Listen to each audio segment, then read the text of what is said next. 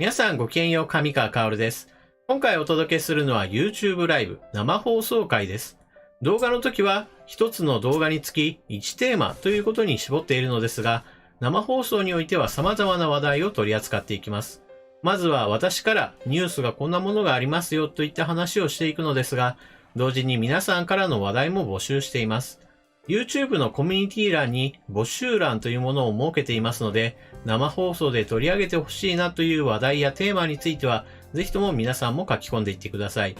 また、放送中にどんどん書き込んでもらっても、それは問題ありません。最新のものから見るという時もありますし、評価順という具合にして並べ直して、その上位から見ていくということもあります。その時の気分によって結構変わりますので、お気軽にどうぞ書き込んでいってください。ただ、一つ注意点があります。動画と違って生放送の場合は皆さんとの対話を重視している面があるために、動画のように情報だけをギュギュッと詰めたというものとは少し雰囲気が違います。ですから私自身も結構のんびりと話題を展開していくこともありますので、そうした雰囲気が苦手だなと思う方は、そもそも動画とは違うものだというふうに受け止めてくれると嬉しいです。それではこれより本放送を開始します。ぜひとも最後までご一緒ください。それではスタート。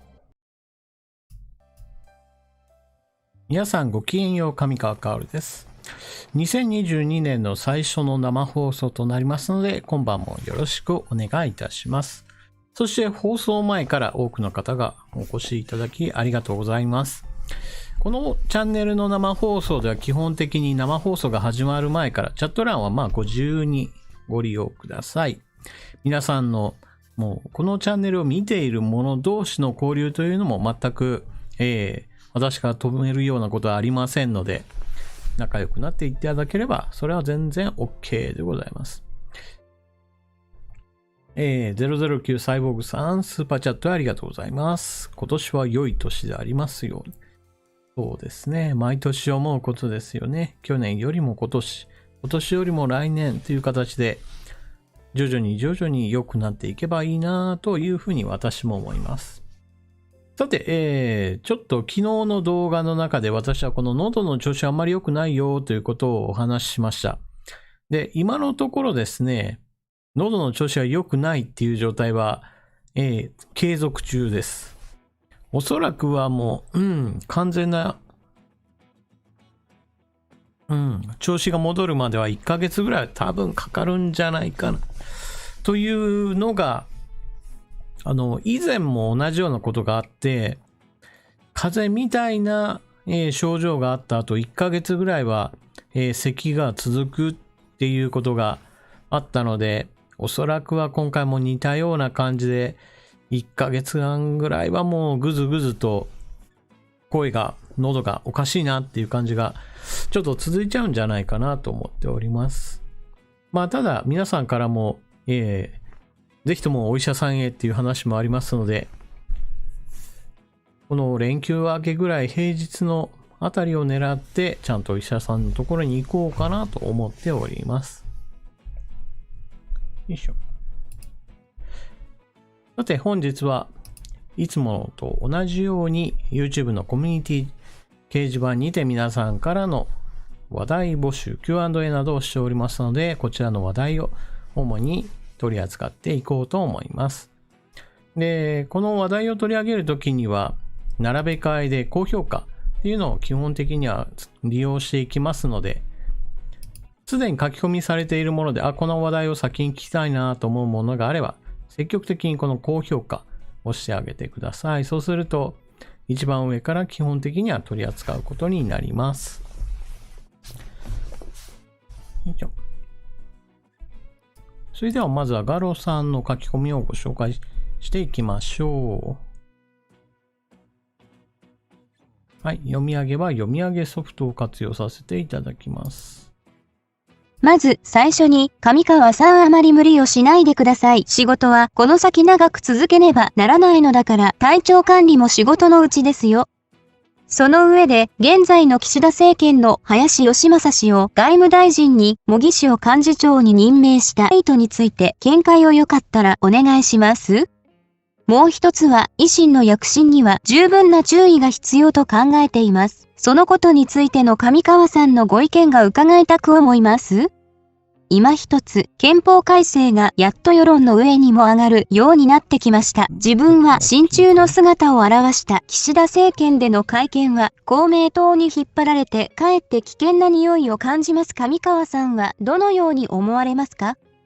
このうち一つでも結構です。よろしかったらお聞かせください。読み上げソフトの音量が大きいよということだったので、今ちょっと下げたんですけれども、大丈夫でしょうかね。もうちょっと、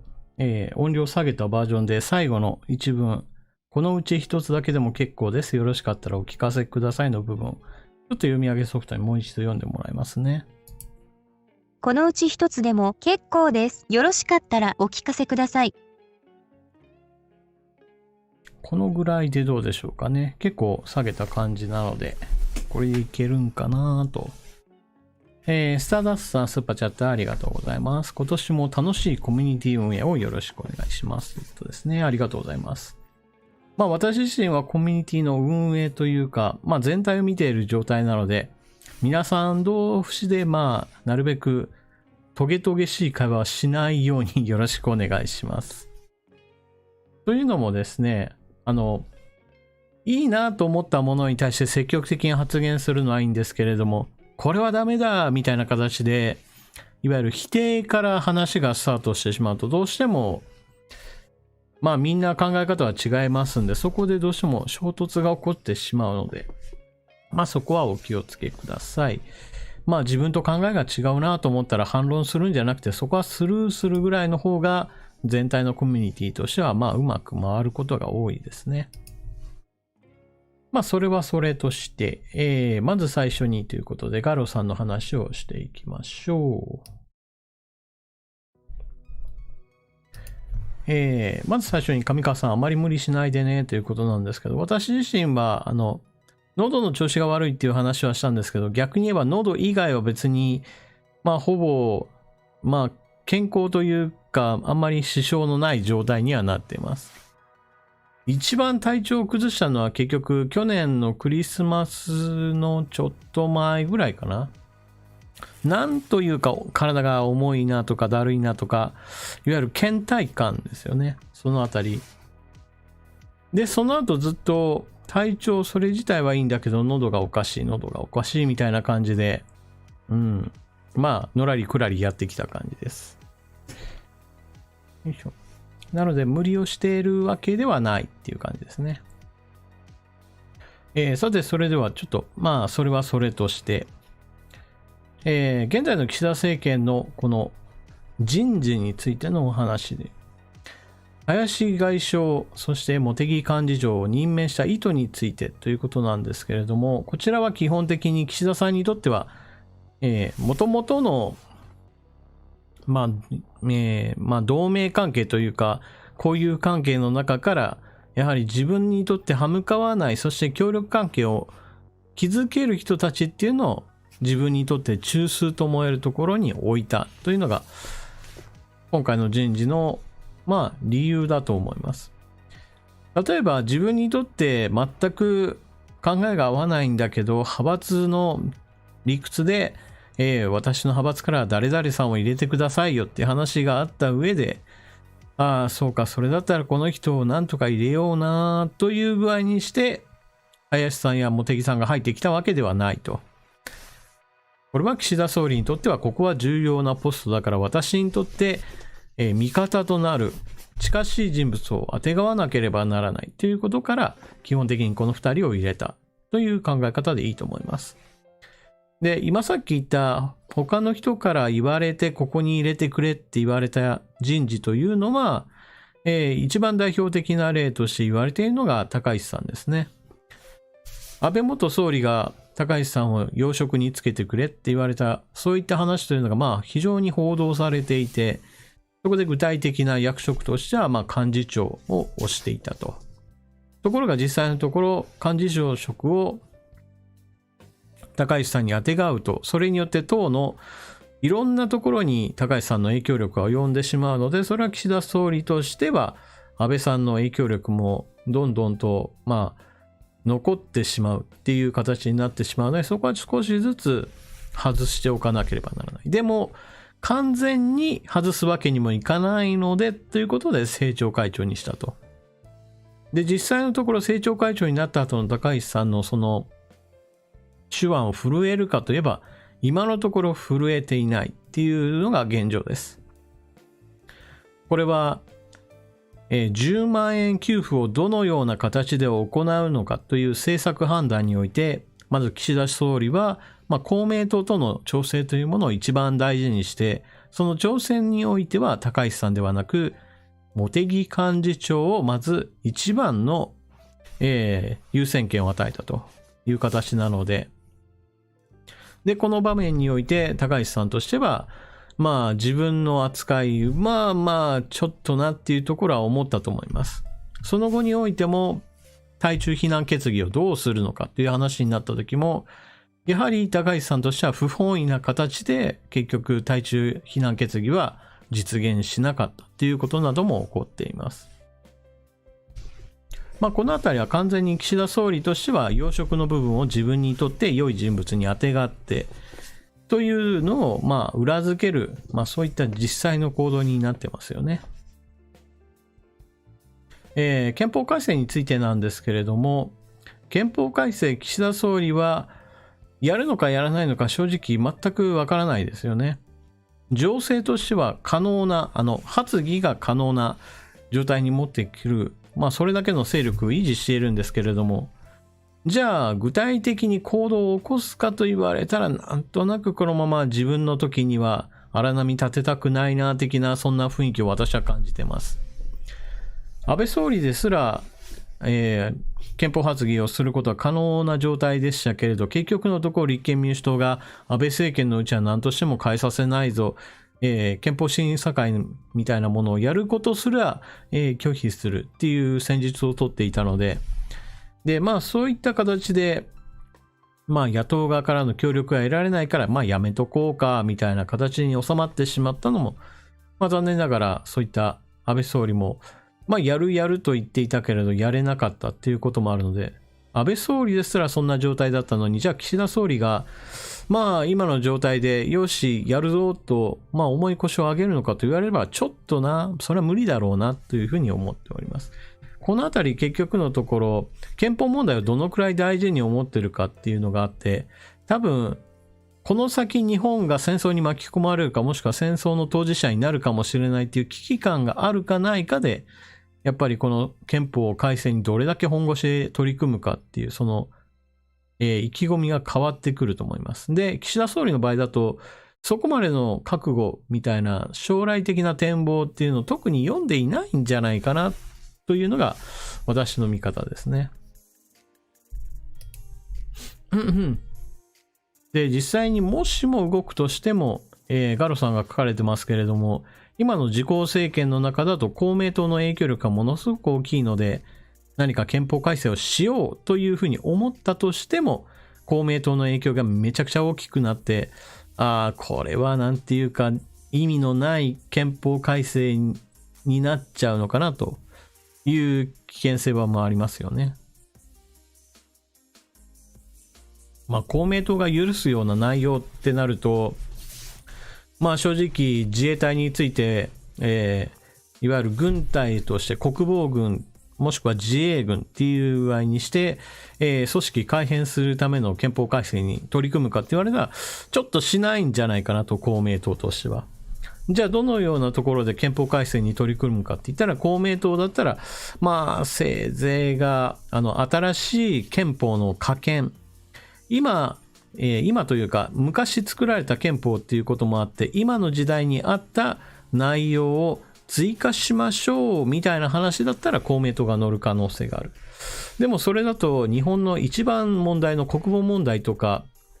本当に危険な状態になった時に憲法が足かせになって国を守れないんじゃないかっていう問題に対しては何一つ解決策を示せない、そんなものになってしまうかもしれないっていう危険性をちょっと感じてますね。というわけで、ガロさんの書き込みですが、自民党と、憲法改正はちょっと一つでもいいよってことでしたけど、一応二つはお答えいたしました。書き込みありがとうございます。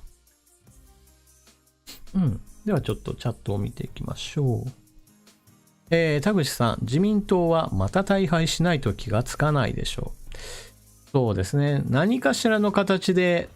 お灸を据えるっていう表現がありますけど、選挙の時にやはり大きな負けがないと、今の政権は支持されているんだ、だから私の思う通りに進めるよっていう形にはなりますよね。で、今の政権にとって支持率を支えているのは、やっぱり新型コロナに対する対応で、私は以前から言ってましたけど、この安全保障であるとか外交問題に対しては支持率の大きな増減になかなか関わっていないんじゃないかなと思っているので、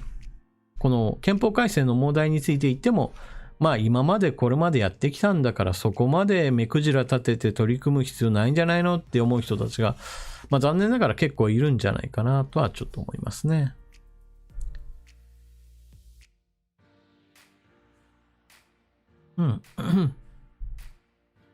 雨の中の熊さん、お灸を据えたくても代替がない。そうですね。日本のこの大きな問題っていうのは、例えば自民党以外でこの政党だったら、よし、次の政権任せますよって、全幅の信頼を受ける野党があるかと言わればないですよっていう、この現状ですよね。まあ、特に、野党第一党が長い間、立憲民主党で、しかも立憲民主党は立憲共産党へと、より質が悪い状態へと、さらに悪化したということもあって、このままだと自民党はダメなんだけど、でも野党にもっていう、この一番ふわふわっとみんなが政治から離れる悪い状況に陥っちゃうんですよね。政治に関心を持たないっていうのは結局のところ、不動票がどんどんと増えていって、組織票を持っているところの政党が力を伸ばすということになってしまいます。で、そうなってしまうと、いわゆる公明党のようなある程度の組織票があるところだと、自分たちが、ここらぐらいの議席数は稼げるな、みたいな計算が立っちゃうんですよね。で、それにおんぶに抱っこする形で自民党が離れられなくなるので、そうなると自公政権が続いてしまって、そして政権が続くっていうことは政権のやってることは支持されてるんだという前提のもとに、さらに政策がそのまま推進されてしまう。そしてそれを見てまた多くの人たちが、なんか選挙に行っても変わらないんだなっていう、その呆れた感じ、失望感、そういった無力感っていうものが重なってまた離れてしまうっていう、本当に悪循環がぐるぐるぐるぐると、回ってしまうっていうことなんですよね。なので今の日本にとって非常に大事なのは健全な野党っていうのが本当に必要で、この党にだったら任せたいなって思えると、もしくは個人っていうのを中心とした、残念ながらカリスマ政党的みたいなものが必要になるというのはちょっと感じますよね。よいしょ。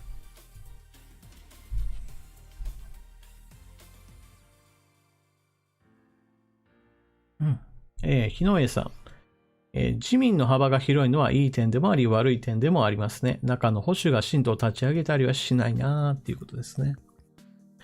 本当に自民党はものすごく幅広い党なので、政権与党ですよって言われるその中において、政権内野党っていうのが時々生まれるんですよね。今の総理のやっていることはおかしいと思いますって自民党の議員が言うことによって、政権に対する批判票を自民党の議員がまた受けるっていうちょっと複雑なことになったりするんですよね。じゃあだからといって党を割って今の政権はダメだ、新しい自民党は私たちだみたいなことをしようとすると、今度はみんながついてこない。もうどんどん分裂気味になって、そして権力闘争が起こって、四分五裂して、最終的にはもう、そんな神道あったっけみたいな形で話が終わってしまうというところですよね。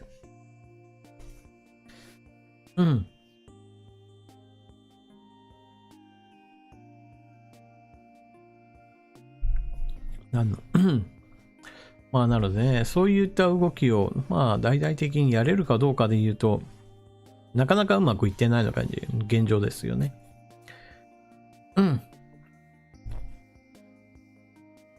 まあ確かに、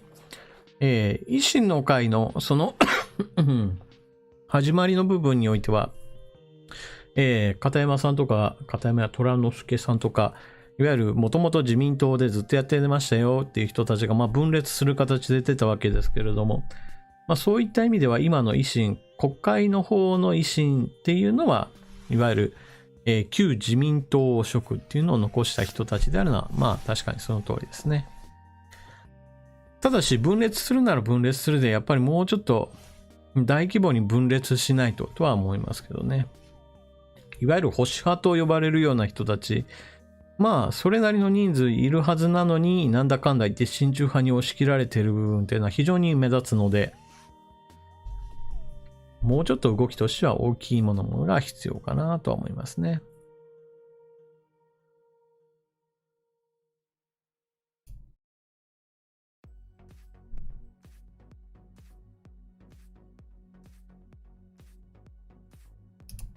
さて次は、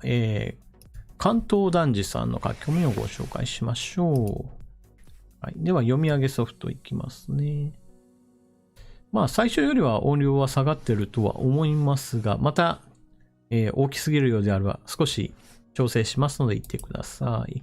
自民党保守議員の取るべき行動が今後どうなるか見解を聞いてみたいです。自分は保守議員は自民党を離党して新党を立ち上げてほしいと思ってます。岸田政権は高市早苗さんにある程度の役職を与えて保守層の国民の自民党支持に利用してるだけだと思ってるので、高市早苗さんの意見を岸田政権が全く反映してないのでそれがわかります。今後、高市早苗さんなどの保守議員が自民党にいたところで国民保守層のガス抜き要因になるだけです。総裁選でも高市早苗さんが選ばれる保証はなく、総裁選に有利になる党員集めも新中議員はやってることでしょう。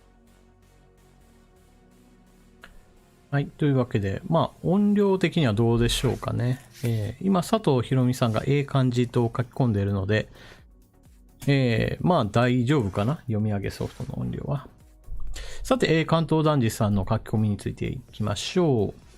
で、先ほどの、まあ、ガロさんの話からのちょうど続きみたいな形になるんですけれども、この自民党の中において、じゃあ、いわゆる保守派の人たちと、まあ、リベラルとか、右翼とか左翼とか、もしくは親中派であるとか、親韓派であるとか、もしくは親米派みたいな形で、ある意味、自分たちのグループとして、まあ、分裂すればっていう話なんですけれども、まあ、実際問題、自民党の看板で戦っている人たちっていうのは、地方の自民党議員の人たちがいて、その人たちと選挙協力することによって、まあ、地元の選挙区で勝ち上がるための必要な力を得ている部分があります。なので、なかなかこの分裂しようって思った時に分裂しづらい事情があるんですよね。結局、親中派の人たちにしてみても、今の自民党の中で自分たちがある程度の勢力を持っていて、自分たちの意見がまさに政権に届く状態なので、出ていく理由がないと。一方で保守派の人たちも、まあなんだかんだ言って親中派の人たちが割って出ていくっていうことはまあない状態で、じゃあ自分たちが出ていってしまうと、これまでの組織の力をまあ大幅に減退することになるので、まあ自分たちにとって不利だという、まあこういった選挙事情があって、まあなかなか踏み切ることはできないというところですよね。よいしょ。まあこういったこともあるので、自民党の中で親中政策が進んでしまうなってなった時に、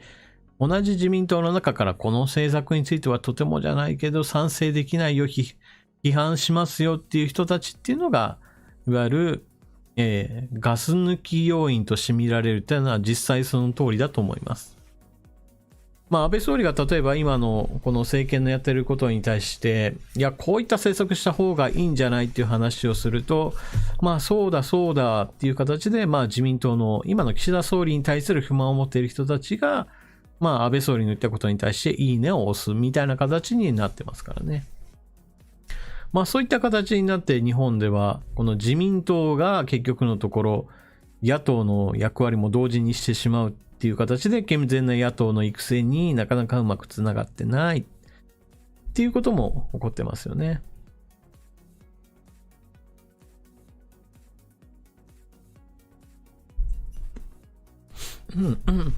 まあなかなかこの自民党をどうするかっていうのは私たちには手の届かないところなので、私の考えた方としては基本的にはこの、自民党について私たちが何かできることっていうのはないので、自民党の外の、新しい人たち、新しい新党を立ち上げるであるとか、個人であっても政治活動を積極的にインターネットを利用をして、みんなに、なるほどなって思えるような、そういった人物に票が集まっていくっていう現象を、一般化させることが大事じゃないかなというふうに思ってますね。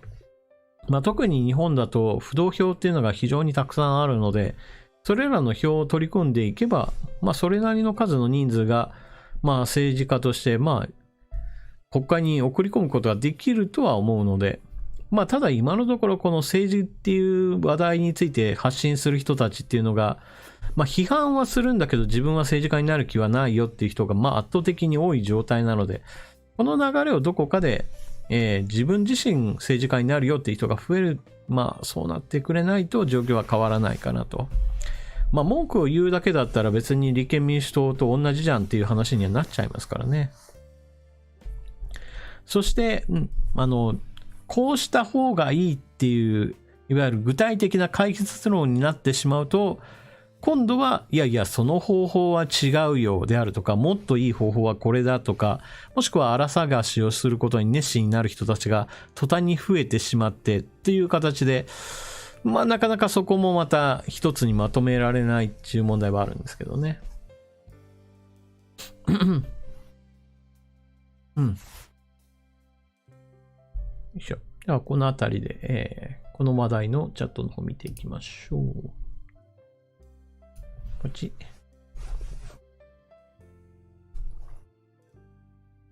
こたつねこさん。北朝鮮が北京、冬のオリンピックを不参加していて、アメリカの外交ボイコットを批判するっておかしくないっていう。確かに、これは今の自民党の話ではないですけど、北朝鮮が北京オリンピックボイコットするんか、ボイコットっていうか、不参加するんかっていうのはちょっと面白いというか不思議な現象だなと私も思いましたね。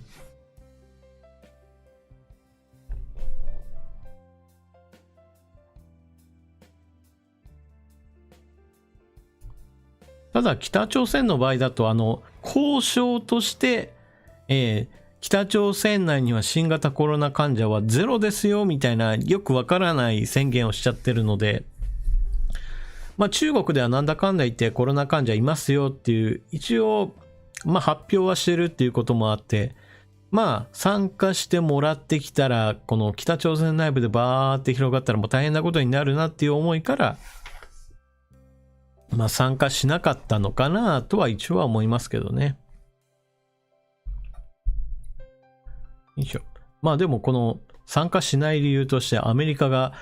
中国にいろいろな難癖をつけていてこれに対して怒ってるんだよみたいな話も確かに一緒にあってなんだそれっていうのは私も思いましたね。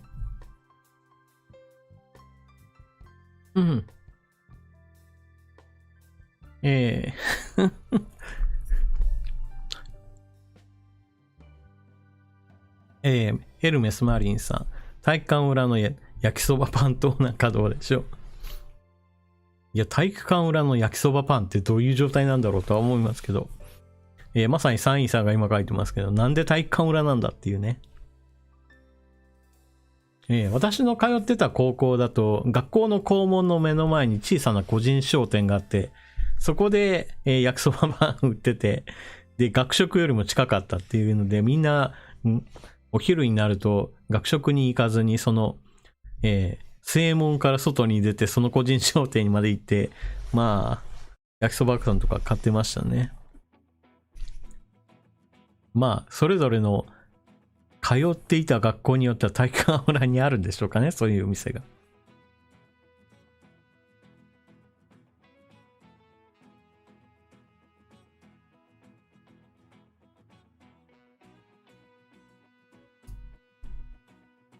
さて次行きましょうかね。おいっと。カオリーの部屋さんの書き込みをご紹介しましょう。それではまた読み上げいきます。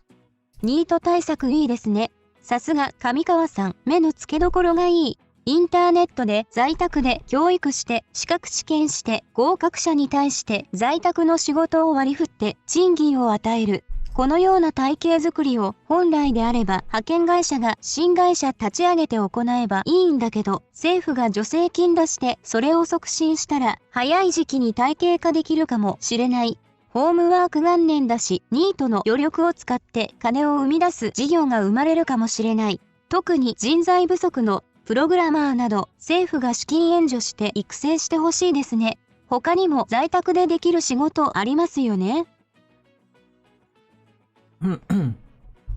はい。というわけで、カオリンさんの話っていうのは、これは動画にしましたけれども、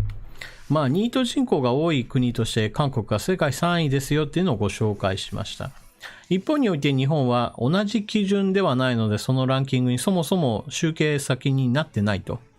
まあ、その代わり人数として表示しましたが、まあ、大体60万人から70万人ぐらいの人たちっていうのが、ニートに今数えられております。で、これらの人々の中には、健康問題、これは体の問題もありますし、心の問題もあって、いや、働きたいんだけどなかなか働けないよなっていう状態になっている人たちもちょっと含まれている部分があるので、完全にゼロにすることはちょっと難しいんですけれども、少なくとも、働きたいんだけどな、でもなかなか就職決まらないしなっていう形でぐずぐずっとニートになっちゃった人たちっていうのもまあいるので、まあこれらの人たちをどうにか、社会復帰させようと思ったら、まあそもそも、私の場合だと公務員として雇うと。で、その公務員の仕事は何かっていうと、まあ自活するというか、経済的に自立してもらうか、もしくは民間企業に就職することを目的として、まあそもそも勉強してもらおうっていう考え方でございます。もちろん、引きこもりっていう形でちょっと対人恐怖症的な人たちの場合だと、まあなるべく自宅でできる仕事をまあ勉強してもらうと。例えば、ここでカオリンの部屋さんが書かれていますけど、まあプログラマーのような、まあなかなか協調性があるかどうかっていう問題はありますけど、一人でできるよっていう形まで持ってくるぐらいになれば、まあ一本立ちはできますね。はい。まあそういうふうにして、特に業界によってなんですけれども、ある仕事をつくと、その仕事に就いたらいくらぐらいの年収かっていうのはある程度仕事によって変わってきちゃうんですよね。で、そういった時に、例えばとにかく今のニートの人たちを働きに出せばいいやって言って、時給が例えばまあ800円とか900円ぐらいの仕事にほっぽり出したとしても、まあ結構絶望的な状況にはなってしまうので、なのである程度最初の勉強するところに対して国が、お金を払っていくっていう、まあこのスタンスを取らない限りは、まあちょっと社会復帰は難しいんじゃないかなっていうふうには私は思ってます。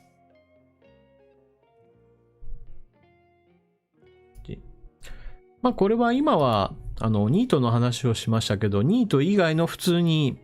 今の新型コロナの問題で、企業に対してはなるべく倒産しないようにっていう様々な経済対策が打たれていますけれども、これが今年になったら少しずつおそらくは途切れ途切れになってきて、これまで資金繰りを厳しかったところを無理やり借金を優遇していたところが、借金が返せなくなって倒産する件数が増えるんじゃないかって言われています。まあそういった意味においてニート以外の普通に失業する人たちっていうのも出てくるし、雇いだめしますよという形も出てくるでしょう。また人件費を削減しようと思って正社員を取らずに非正規労働の人たちをなるべく入れようっていう会社なんかも出てくる関係もあって、まあそういった意味でも労働環境をどれだけ政府が関わるかっていうところ結構大事なんですよね。田口さん、昔よりも最低賃金上がったんだが、おっとメッセージが撤回されましたけれども、最低賃金については基本的には上昇しております。これは別に間違いありません。最低賃金がどんどん下げようなんていうことは起こってはいないんですよね。ただし、日本人全体として給料が上がってないって言われるのはなぜかって言われると、正社員の割合と非正規のこの割合っていうのがだんだん非正規の人たちが増えてくると。で、非正規の人たちが増えてくると、基本的にはこれらの人々は、例えば、定期昇給がほとんどない仕事がいっぱいありますよであるとか、ボーナスはあるんだけど、ほぼほぼ、1ヶ月か1ヶ月以下とかね、寸志レベルじゃないかっていうようなものであるとか、もちろん終身雇用ではありませんし、退職金などもないという形で、全体の給料としては、下がり気味になってしまうというところですよね。そういったこともあって、なかなか今の労働環境っていうのは、今年好転するかって言われたらちょっと厳しいなというふうに私は思っていますね。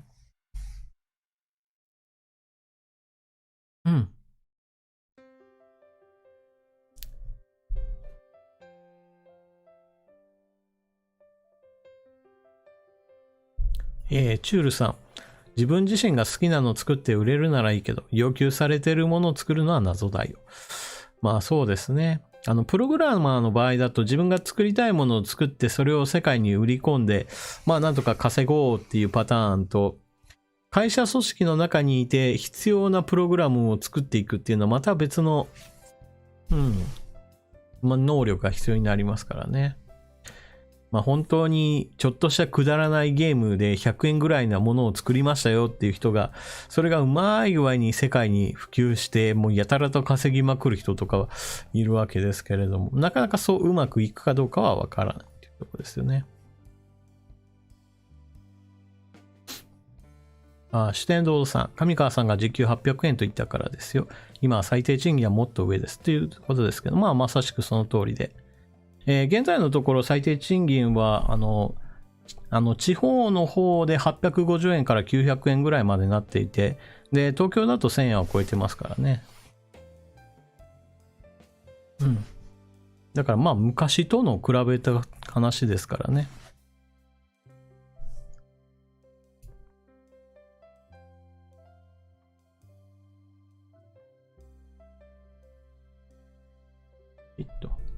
さあ、それでは次行きましょうかね。こちらは、当分競争な書き込みですけれども、本文自体がそれほど長くはないので、こちらは私が読みましょう。オーストラリアでテニス選手のジョコビッチ氏がワクチン接種を受けていないので入国を拒否された件で、彼の祖国のセルビア大統領がそれに対し、嫌がらせに対処するとふざけたことを言ったことに対する上川さんの感想をお聞かせくださいということですね。書き込みありがとうございます。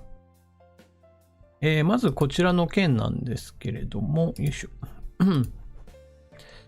ーストラリアの入国を拒否されたジョコビッチ氏、応援してくれている世界中の人々に感謝という記事が出ております。もともとはオーストラリアでテニス大会がありますよ。で、そこに、現在男子テニスで世界ランキング1位のノバク・ジョコビッチ選手が、出場するためにオーストラリアに入ったと。ただし、オーストラリアは現在のところワクチン接種の証明書を持った人をまず原則として入国するっていう、まず条件を課しているところです。で、ジョコビッチ選手の場合だと、ワクチン接種は受けてないんだけれども、接種免除を証明するものを用意したという体で入ろうとしたと。ところが、その書類転入に不備があったということなので、オーストラリアとしては、これ書類が揃ってないんだから入れるわけないですよっていう形で入国を拒否する羽目になったと。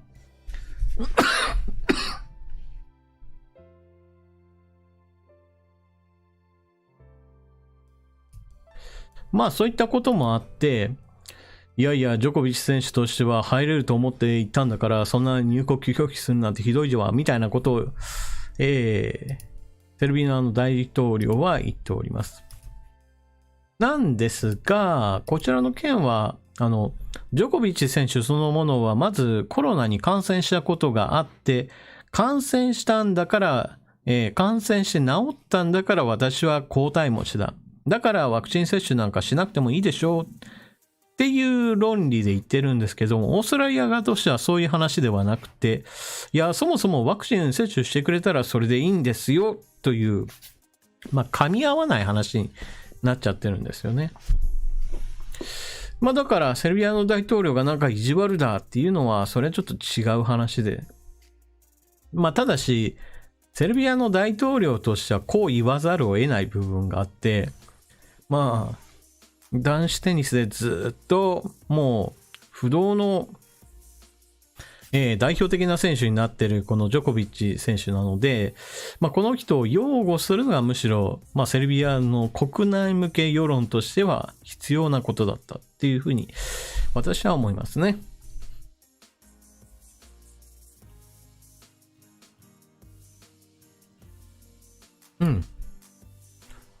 で、この話に付随してジョコビッチ選手が、いわゆるワクチン接種拒否派だよ的な形で、非常に取り上げられることもあって、オーストラリア国民としては、いや、こんな人をなんか、いわゆる特権階級的な取り扱いでオーストラリアに入国させようとするっていう方が間違っているよっていう、いわゆる政権側に対する突き上げっていうものもあって、政権としては、やはり、一部の例外的に扱うのはダメだろうっていう、政治的な判断もあったんだと思いますね。お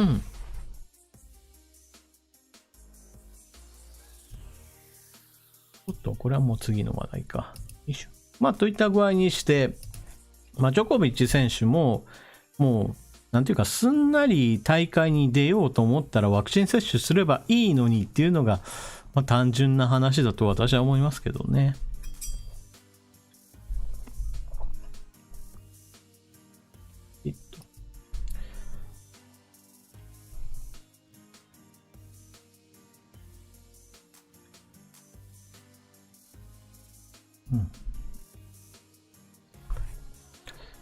なんていうかな、うかつすぎるなっていうのは一番あって、ジョコビッチ選手、コロナに感染して、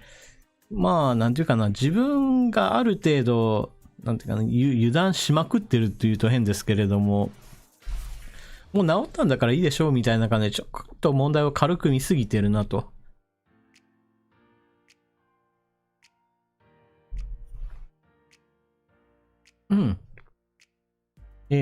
シューマッハさん、龍角散飲んでください。マリンさんの分と一緒。そうですね。まずは、漢方薬系から始めるっていうのもいいかもしれないんですけれども。もしも、週明けやお医者さんに行って、これが咳喘息って言われたら、いわゆる漢方系じゃちょっと効かなくて、ステロイド系のお薬は必要になるかなとはちょっと思っております。よいしょ。ちょっと待ってね。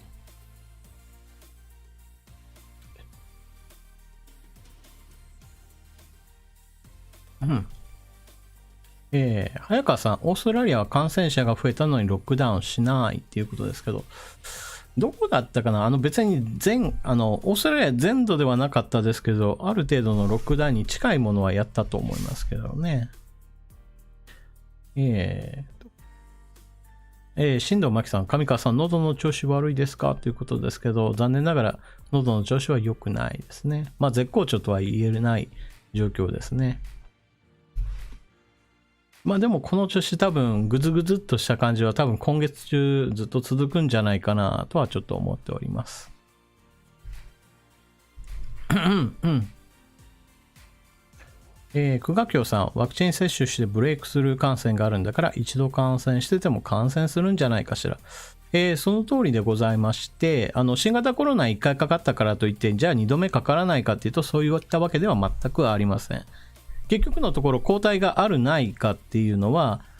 かかった時に重症化しやすいかどうかっていういわゆる確率論だと思ってください。だから1回かかったからといって2回目かからないかっていうとそもそもかかるし、その時に大事になるのはかかるかからないじゃなくてかかった時の症状が軽くなるか重くなるか、その確率の変動に過ぎないっていうところですよね。だからワクチン接種を例えば3回4回やったとしても亡くなる人は亡くなるんですよ。これは確率論の話なので、例えば高齢者ですよ、基礎疾患がありますよ、っていう状態だと別にワクチン接種を何回打っても結局確率を下げることはできてもゼロにすることはできないので、亡くなる人は亡くなるんですよ、そこは。でもワクチンを打ってないのと比べたら基本的に確率としては下がってますよっていう考え方なので、0か100ではないんですよね。ワクチン接種したからもう大丈夫じゃなくて、それはあくまでも確率を下げてるだけですよっていうところですね。だからこそメリットとデメリットの天秤っていうのが存在するというところでございます。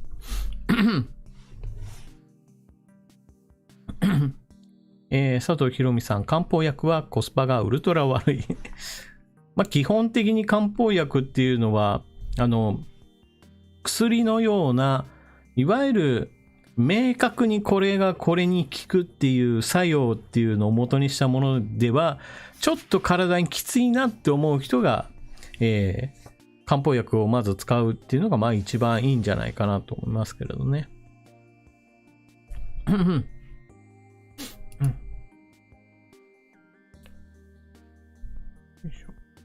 といったわけでジョコビッチ選手はオーストラリアに、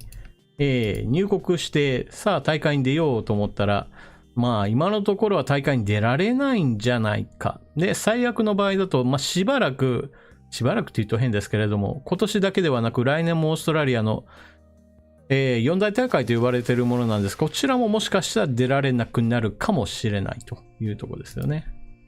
これはどうなるかはわからないですけれども、そんな危機に陥っているっていうところですね。はい。それでは次行きましょう。009サイボーグさんの書き込み。こちらも短いので私が読みます。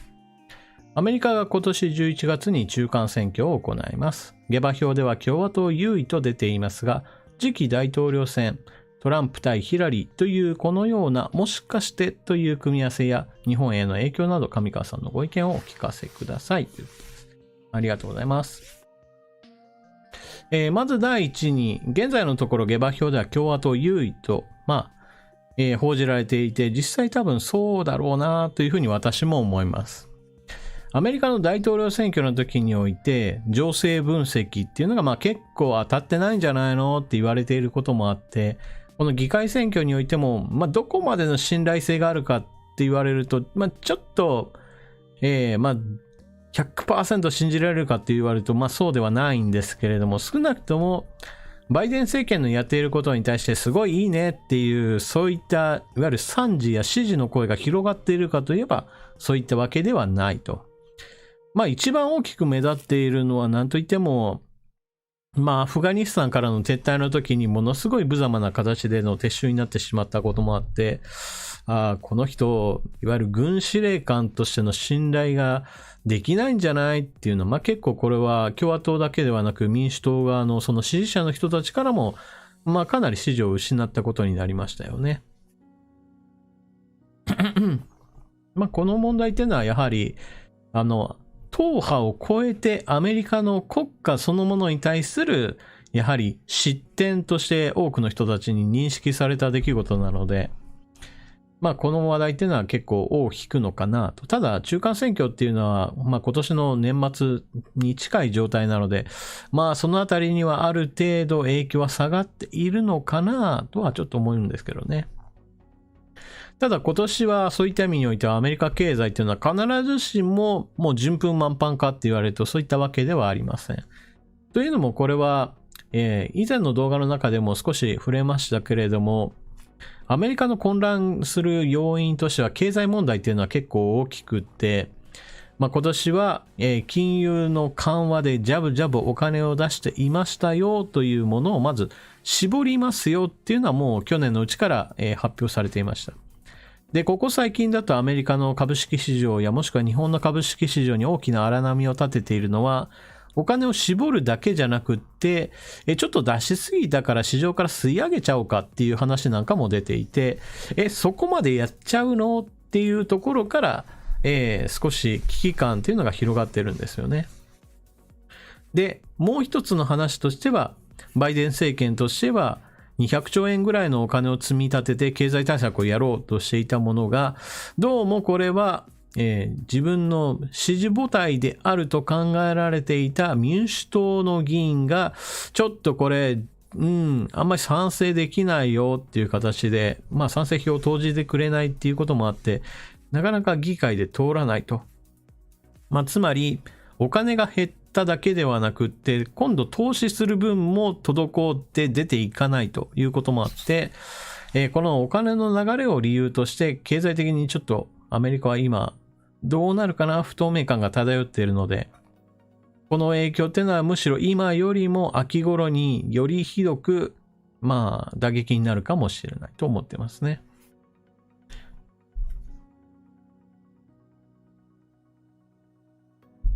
次期大統領選挙の時に一体誰が出てくるのかっていうのはちょっと私には全くわかりません。結局のところ予備選挙があるので、その予備選挙の中で、結構、なんていうかな、無茶苦茶な展開っていうのもあるんですよね。今、バイデン大統領がなっているっていうこともあるんですけれども、予備選挙の時にこの人人気だねっていうのがあったとしても、その人気の候補者を対抗で誰が落とすかっていう、いわゆる候補者同士の綱引きっていうのがあって、その後で妥協の産物として、全く最初の予想と違う人が大統領候補になることがあります。そういったこともあって、今からきっとこの人だろうっていうものが必ず当たるかっていうと、私はかなり怪しいかなと。で、トランプ大統領はもう一回チャレンジしますよっていうのを公言しているので、出てくる可能性は確かにいますよね。そもそもアメリカ政治にそれほど詳しいわけではないので、さあトランプ候補よりもさらに強力なリーダーシップを取れるような人がもう一回出てくるかって言われると、これもまた分かんないとこなんですよね。もともとトランプ大統領にしても、予備選挙の時から絶対この人が来るなんて予想してきた人はほとんどいなくって、わずかな人の中からもしかしたら来るかもねみたいな、その程度の下馬評でしたからね。なので予備選挙の時、実際に誰が最終的に勝ち残るかっていうのは予想や泣かせだと私は思っております。それにしても次期大統領選挙はトランプ対ヒラリーっていうのはちょっとね、アメリカの人材不足をちょっと露呈するような形かなとはちょっと思いますけどね。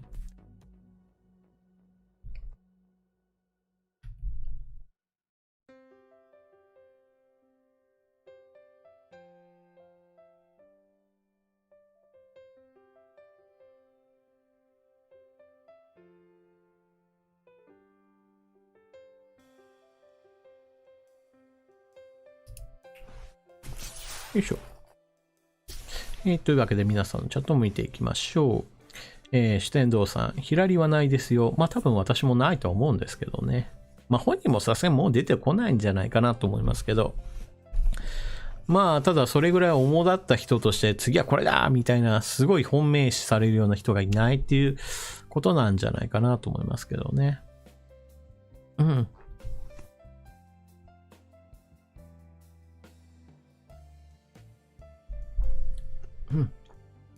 そうですね。今、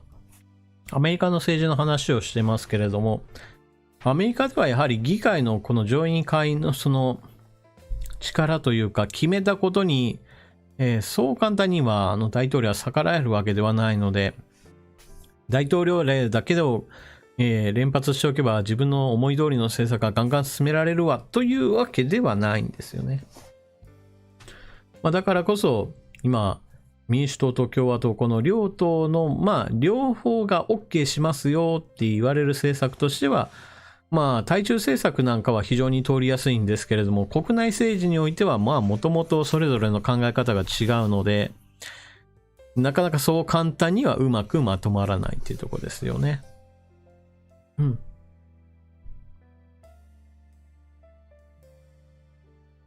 といったわけで、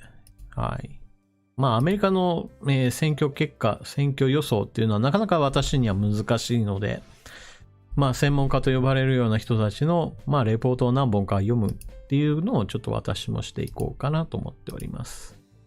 まあやっぱりその道にはその道の一応プロと呼ばれるような人たちがいますからね。加藤正隆さん、書き込みありがとうございます。はい、ちょっと長いので、こちらは、読み上げソフトの出番でございます。上川さん、こんばんは。やはり岸田政権の話題は外せないと思います。アメリカとの首脳会議も未だできず、オーストラリアとはかろうじて話をしたという感じで、岸田政権による日本の対中国姿勢で信頼関係が崩れ始めていると思います。岸防衛大臣が頑張ってくれているから、まだクアッドとかその他の中国包囲網、日米安全保障体制をつなぎ止められているとしか思えません。昨年末に開かれた G7 情報戦略会議でも日本の外務大臣は外されたということを見ても、日本は西側諸国から疑念を抱かれて距離を取られていると見るべきですよね。上川さんはどう思われますか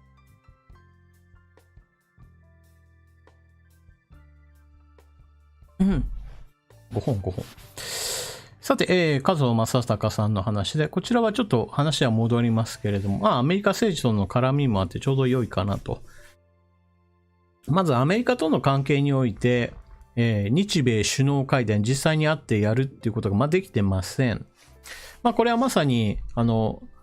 菅さんであったり、安倍総理であったり、もう本当に政権を取ったなってなった後、すぐにアメリカに飛んで、会談を行おうって、強力に進めたわけですよね。それに比べると岸田総理は、今のバイデン大統領に直接会って、なんとか、話しようっていう、その心意気が非常に感じられないし、アメリカ側からも、今話すことないんじゃないっていうぐらいの、軽いあしらわ方をされてしまっているというところですよね。で、枠組みという意味においては、クアッドのこの枠組みっていうのは、確かに、日本、アメリカ、インド、そしてオーストラリアというこの4カ国の枠組みっていうのは、今も健在で、これを続けていくことに対しては別に、岸田総理は潰しにかかってるわけではないし、もしくは日米安全保障体制についていっても別に岸田総理は、よし、日米同盟解消だ、みたいなことは全く言ってはいません。で、日本は西側諸国から疑念を抱かれて、距離を取られているというふうに見るべきかと言われたら、基本的にはですね、オーストラリアは、完全に中国と、政治的な、もうバチバチの圧力があるわけなんですけど、一方において西側諸国全般について言うと、これまでも何度か指摘しましたが、EU、ヨーロッパ諸国っていうのは必ずしも一枚岩ではありません。ドイツなんかは特に、何度となく言及したんですけれども、メルケル政権の時代っていうのはまさに親中派筆頭として EU の中でも声を上げていた国ですし、で、現在のところはメルケル首相が政界からは引退して、そしてその後の政権が、見直しの時期には入っていますが、じゃあ、ものすごく中国に対して包囲網を仕掛けるような、そこまで言っているかと言われば、そういったわけでもありません。で、フランスなんかも同じような話で、アメリカと追随するような、いわゆる同調関係を取るかって言われると、必ずしもそうではないですからね。中国に対して、人権問題はあるよとは言うけれど、じゃあそれ以上のこととして、何か制裁を課してやろうみたいな、そういった話が出ているかと言われれば、別にそういったわけではないと。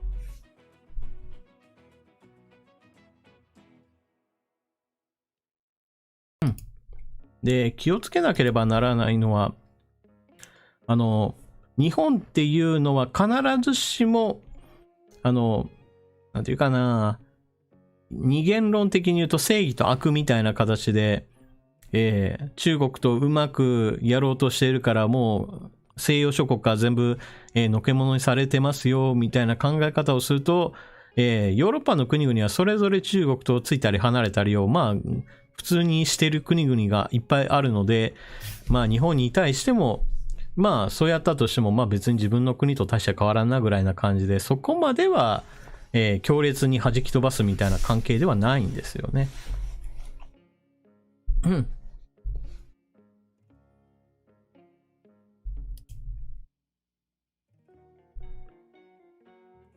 よいしょ。よいしょ。さて、それでは次行きましょうかね。久我京さん。岸田さんは親中だと YouTube のニュース解説系チャンネルはどこもおっしゃいますね。比較的偏ってないかなと思ってたチャンネルが最近は高市さん、安倍、高市路線としか言いません。ゲップ。気持ちはわからなくないですが、だんだんうんざりしてきました。テレビと朝日新聞を見ている実家の親は、岸田さんは中国と商売はしたいってだけでしょう。アメリカもそうじゃんって言います。このようにどっちかに偏った意見はよく聞きますが、両者の間の意見は全くといいほど聞きません。どちらかだけに偏らず情報を得るにはどこを見るべきでしょうか。上川さんの情報源は何ですかということですね。書き込みありがとうございます。まず情報源という意味においては、いわゆる右とか左とか保守とか、反日とか愛国とか、いろいろな路線っていうのはそれぞれあるんですけれども、幅広く見るっていうのが、第一原則だと思います。例えば、朝日新聞を見つつ、産経を見ると同じニュースについていっても、やはり見解というか、解説の内容もそこそこ違うものになっていますし、また、アメリカの、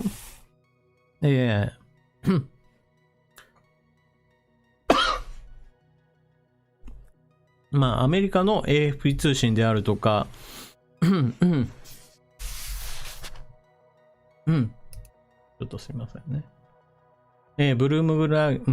バーグであるとか、ロイター通信であるとか、そういったところっていうのもやっぱり、それぞれ、同じ話題を取り扱っていたとしても、その分量としてどのくらい書き込んでいるのかも違うと。で、これは、それぞれの報道機関の持っている性格っていうのも違うし、それぞれの国でどう伝えるかっていうのも違うんですよね。BBC が伝える内容を見た上で、じゃあ朝日新聞と産経新聞みたいな形で、ある程度数を揃えてくると、その中間点みたいなところにやっぱり、なんていうかな、偏りのない意見みたいなものがうっすらと浮かび上がってくるかなとは思いますね。といっても、結局のところ最終的にはそれらのニュースをどういうふうに理解するかっていうのはそれぞれの人にかかってくるので、例えば私の場合だとなるべく、そういったどっちかにめちゃくちゃ偏るっていうつもりは全くないんですけれども、それでもやっぱり、岸田さんのやってる政策っていうのは親中だなというふうに思っております。で、そういうふうな解説もこれまでもやっております。で、なんでかっていうと、それぞれの国において経済活動をそのまま進めるよっていう一方において、人権問題であるとか安全保障問題についてしっかりと物申すっていうのは、私は当然ありだと思っています。ところが岸田政権っていうのは、経済的な関係を中国と強化して、日本企業を儲けさせたいっていう一方において、じゃあ人権問題についてちゃんと物申しているんですかっていうと、その部分についてはもごもごとして、一応遺憾法ですみたいな感じで、問題ですよね。問題だから一応ポストを作って、その問題に対処しますよ。人権問題担当の、ポストを作りましたとかね、安全保障問題、経済安全保障、今は大事ですよね。中国の問題もありますし、日本の企業やもしくは研究機関から情報を抜き取られるようなことに対してしっかりと対処していきましょうと言っているにもかかわらず、なんか中国に対してはもうガンガン前のめりで経済活動っていうのを進めようとしているっていうのを見ると、あれこれ言ってることでやってることっていうのが結構分離してるんじゃないっていうところから、これ親中政権っていうふうに私は表現せざるを得ないと。だから言ってることとやってることっていうのこの乖離、ズレっていうのがやはりマイナスポイントにどうしてもなってくるんですよね。安全保障問題でしっかりと、日本は取り組んでいきますよ、中国に対して物申しますよっていうんであれば、やはり尖閣問題について真正面から捉えるべきだし、人権問題について言ってもちゃんと国会の中で対中非難決議は出すべきだし、人権問題を根拠とした経済制裁をかける日本版マグニツキー法っていうものも真剣に取り組むべきだと。ポストを作ったんだけれど、日本版マグニツキー法については取り組みませんというのであれば、やはり言っていることとやっていることにめちゃくちゃズレがありますよ。格好だけじゃないんですかと、言わざるを得ないわけですね。私のスタンスでもこのぐらいのことは言えるわけですから、もう政権に対して批判的な人たちから見ると、おいおいなんだこれおかしいぞっていうものすごい声を荒げるのは仕方ないんじゃないかなと思いますね。で、経済活動について言うと、この政治と分離した状態っていうのは別に、他の国々では普通にあることだと思ってください。例えばですね、中国に対して問題だと言っている、例えばアメリカ、経済安全保障の問題とか、もしくは、覇権争いの分野において中国に問題ありとして、例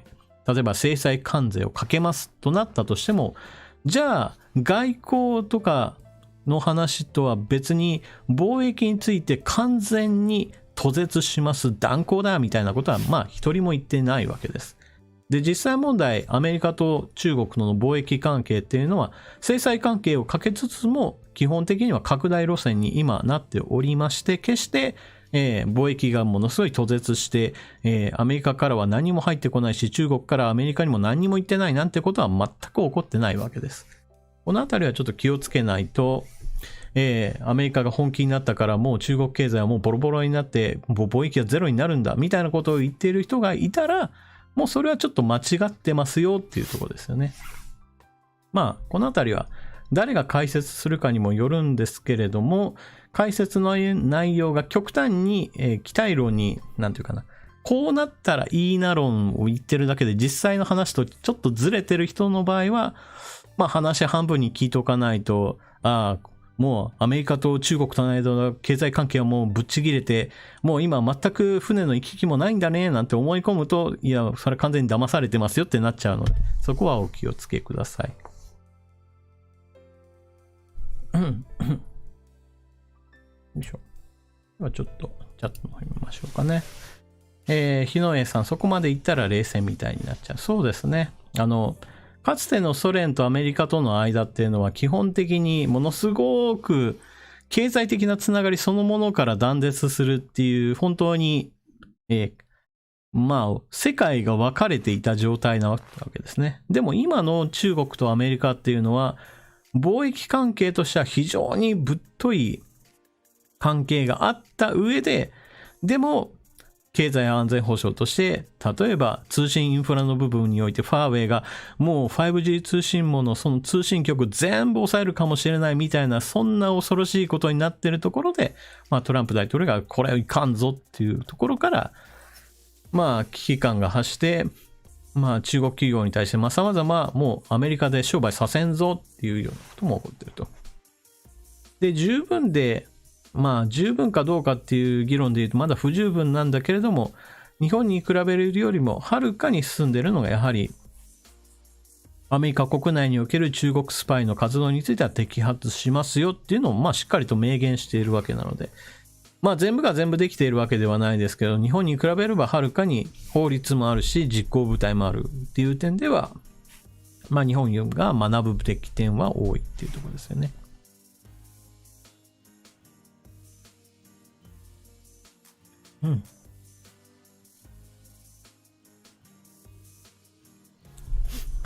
そうですね。今、久学京さん書かれてますけど、中国だってアメリカから食料めっちゃ輸入してるはずなんですけどっていう話なんですけど、実際ものすごいめっちゃ輸入してます。で、しかも、増加傾向です。減少傾向ではなく増加傾向です。で、アメリカの方としては、自分たちのものが売れることに関しては全く中国に別に文句言うわけじゃないです。例えば中国の人たちが、牛肉をもっと食べたいってなった時に、私はこの話として以前アルゼンチンから大量に買い込んでますよって話をしましたけれども、アメリカ産の牛肉についてもやはり同じように輸入量っていうのは増えてます。豚肉や鶏肉、鶏肉はどうかちょっと微妙でしたけど、いわゆる肉食化の進行っていうのがあって、中国国内だけでは賄えない分をどんどんと海外から買ってますからね。そういった中国から例えば肉をいっぱい買いたいってなった時にアメリカがお前には買わせないとかは言わないですからね。アメリカとしては中国が買うのか、じゃあどんどん買っていけやっていうぐらいな感じですからね。そこは別にとどめることはないですね。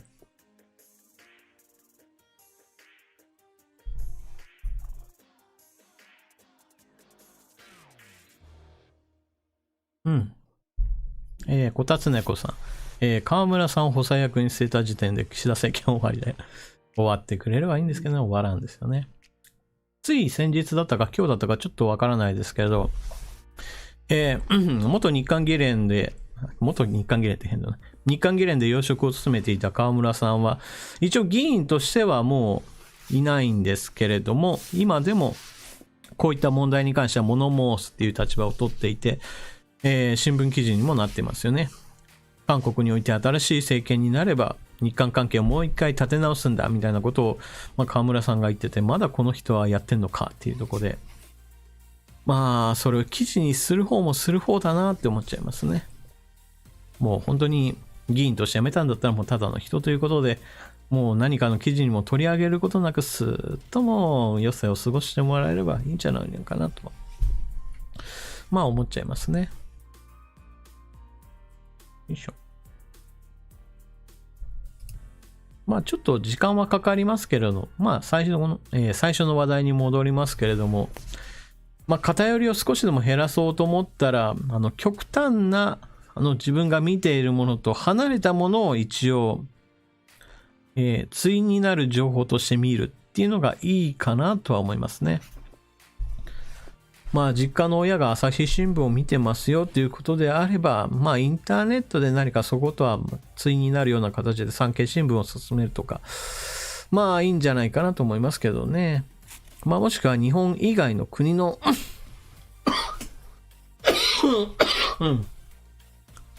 日本以外の国のニュースサイト。こういったものもある程度視点が、散るっていうか、全く違う視点で見ることができるのでいいかなと思いますけどね。よいしょ。次の書き込みに行きましょう。大日本人さんの書き込みありがとうございます。朝鮮半島に伝統的に存在する差別階級の、習慣について勉強したいですということですね。はい、大丈夫ですよ。ぜひとも勉強してください。勉強するのは非常に大事なことで、やっぱり自分の中で、これ知りたいな、何々わかんないなって思った時にですね、今インターネットっていうのは非常に有効な武器なので、インターネットだと表面的な情報しかないっていうこともあるので、自分の勉強したいことがインターネットだとよくわかんないなってなった時は、図書館を利用しましょう。図書館は最近だといろいろな本が、インターネット上で検索もかけられるような図書館もありますからね。自分の行った図書館に自分の求める情報が、本があれば、そういったものもぜひともご活用ください。それでは次行きましょう。兵庫加古さん。オミクロン株が広がってきていますが、重症者の数は低く、風邪などに近いように思いますので、今まで通りのマスク、手洗い、消毒で良いように思いますが、また飲食業界をターゲットにして自粛しようとしています。もうこれ以上は持たないところもたくさん出ると思います。テレビでは感染者数ばかりで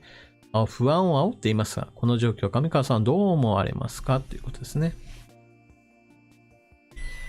で、これはここ最近の私の動画の中でも言ってるんですけれども、オミクロン株の情報っていうのが出ていないときは、ものすごく厳重にガードするっていうのが正しかったわけですけれども、だんだんといろんな情報が出てきたことによって、その対応っていうのも変化させる必要があります。やはり状況がわからないから、ものすごいフルガードの状態だったわけですけど、情報が出てくればその状況に合わせて変更すると。で、兵庫加古さんが書かれているように、オミクロン株の重症者数、その率、パーセンテージ的に言うと、デルタ株よりも確実に下がってきて、インフルエンザの2倍ぐらいかなぐらいのところに収まるんじゃないかなっていうふうに今は言われています。残念ながらインフルエンザと同等かっていうところまで収まるかと言われれば、そこまでになるかどうかちょっと微妙かなと。というのも、インフルエンザとちょっと比べにくいのは、新型コロナの場合だと今、ワクチンを接種しましょうっていうのが日本では非常に進んでいることもあって、ワクチンを受けた上での重症化率っていう形にはなるんですよね。ワクチン接種をしていない人に対しても、残念ながら、そもそも、ほとんどの場合だと年齢が上がれば上がるほど重症化率が高いよっていうこの状態そのものについては、以前から同じと。で、ワクチン接種を受けたとしても、この基本情報については変わりなしと。ただし、ワクチン接種してない人としている人であれば、圧倒的にワクチン接種した人の方が重症化率は低いという形にはなっております。インフルエンザの場合だと日本だと、1000万人ぐらいがかかって1万人ぐらいの人が、その関連死をしているっていう状態っていうのがもうこの新型コロナの前の状況でした。で、新型コロナが流行ってからというものの、例えば、接触感染をなるべく減らしましょうといったいわゆる3密の回避であったり、手洗いの励行、もしくは、マスクみんなしましょうね。食べるときはなるべく、パクパクっと食べたらまたマスクしてくださいねとか、アクリル板立ててくださいね、換気しましょうねとか、様々な対策が取られることによって、それプラス、海外との人の流入というのがものすごく減ったこともあって、インフルエンザについては、2020年、2021年から今年の冬にかけても、大流行というものは発生しておりません。これらは現象っていうのはインフルエンザに対してもやはり新型コロナの対策っていうのは基本的には有効だったろうというふうに言われていますね。で、オミクロン株について言っても、やはりワクチン接種の効果っていうのは、感染予防効果ではなく重症化予防効果に対しては、十分発揮されているっていう、報告なんかがイギリスなんかからは出ているので、これで言ったら、私は十分デルタ株よりも今の対策っていうのは、そこまで厳重にする必要がないというふうに思っております。で、この話っていうのは、以前の動画の中でも話しましたけど、見るべきは感染者数ではなくって、重症化する人数と、そして、対策病棟のこのベッドの数の、埋まり方っていうのをある程度見ながらっていうのが一番いいですよと。感染者数が例えば10倍になりましたよってなっても、重症化する人数が10倍に増えても10倍化する前と大して変わらんのであればそんなに気にしないでもいいよねっていう、そういった考え方を取るべきだと。だから重症化する人数を見ずに感染者数だけを見て、大変だ大変だっていうのはちょっと違うんじゃないのっていうのが私の考え方です。で、この考え方っていうのはどこから来ているかって言われると、今の現状どんな風になっているかを示すグラフっていうのが日々刻々とずっと更新され続けているんですけれども、例えば検査陽性者数っていうのは確かに伸びてます。で、現場のお医者さんからもこの検査をするとオミクロン株でバーっていっぱい増えてますよっていうのは確かにその通りです。で、そのことについては私自身も、デルタ株に比べるとオミクロン株は感染者数はめちゃくちゃ増えそうだよっていう話はしていたので、やっぱり来たなっていう感じで思ってます。だからこれ自体はそれほど問題じゃないかなと。で、問題かどうかっていうその次の段階になるとやっぱりこの重症者数ですよね。何百人何千人とかいう時にその重症者数がどのくらい増えるのかっていうこちらの方が私は重大な関心を持っております。で、今のところはどうやら、日本においては重症者数が爆発的に増えるのな超常的な変化は見られませんよっていう情報になっています。私はこの状態っていうのが続く限りにおいてはオミクロン株っていうのはそこまで、経済活動も全般ぶっ殺してもいいようなものではなくて、むしろウィズコロナ政策を進めるのに、程よい状況になってきたと思っています。日本においては高齢者を中心にも、重症化予防率が一番いいワクチンとして評価が定まりつつあるファイザーかモデルナなので、そういったこともあって私はウィズコロナ政策をいかにして進めるかっていうのが、日本には必要な政策だと思っております。この後経済をぶっ潰したまんまで、参議院選挙を乗り切ろうとしているとしたら、岸田政権やばいなというふうには思いますね。で、なんでやばいかっていうと、新型コロナの重症化、そして死亡率が高まるのは何といっても高齢者なので、高齢者の人たちの声を拾い上げて、あなたたちのためにこの感染対策は万全にやってきたんですよみたいなのを岸田総理が訴えかけて、それで選挙に行った高齢者の人たちが、岸田政権のやってることいいねいいねって言ってもう賛成票バンバン入れてしまうと、岸田総理がもう参議院選挙で勝ってしまって、私のやったことは素晴らしかったんだねみたいに思っちゃうと、今働いている現役世代の人たちはものすごい割を食うというところですよね。まあ怖い話ではありますが、日本のためにとってどっちの方がいいかっていうと、私はウィズコロナ政策を進めた方がいいと思っているのです。まあそうしないと現役世代の人たちがこれからどんどんと、オミクロン株氷河期みたいなちょっと無茶苦茶なことになってしまうんじゃないかなと思いますね。まあなんだかんだ言って日本では正規職の人たちが一旦、会社の整理によって仕事を失ってしまうと、その後のまあ人生、残念ながら収入としては元に戻るということはなかなかないですからね。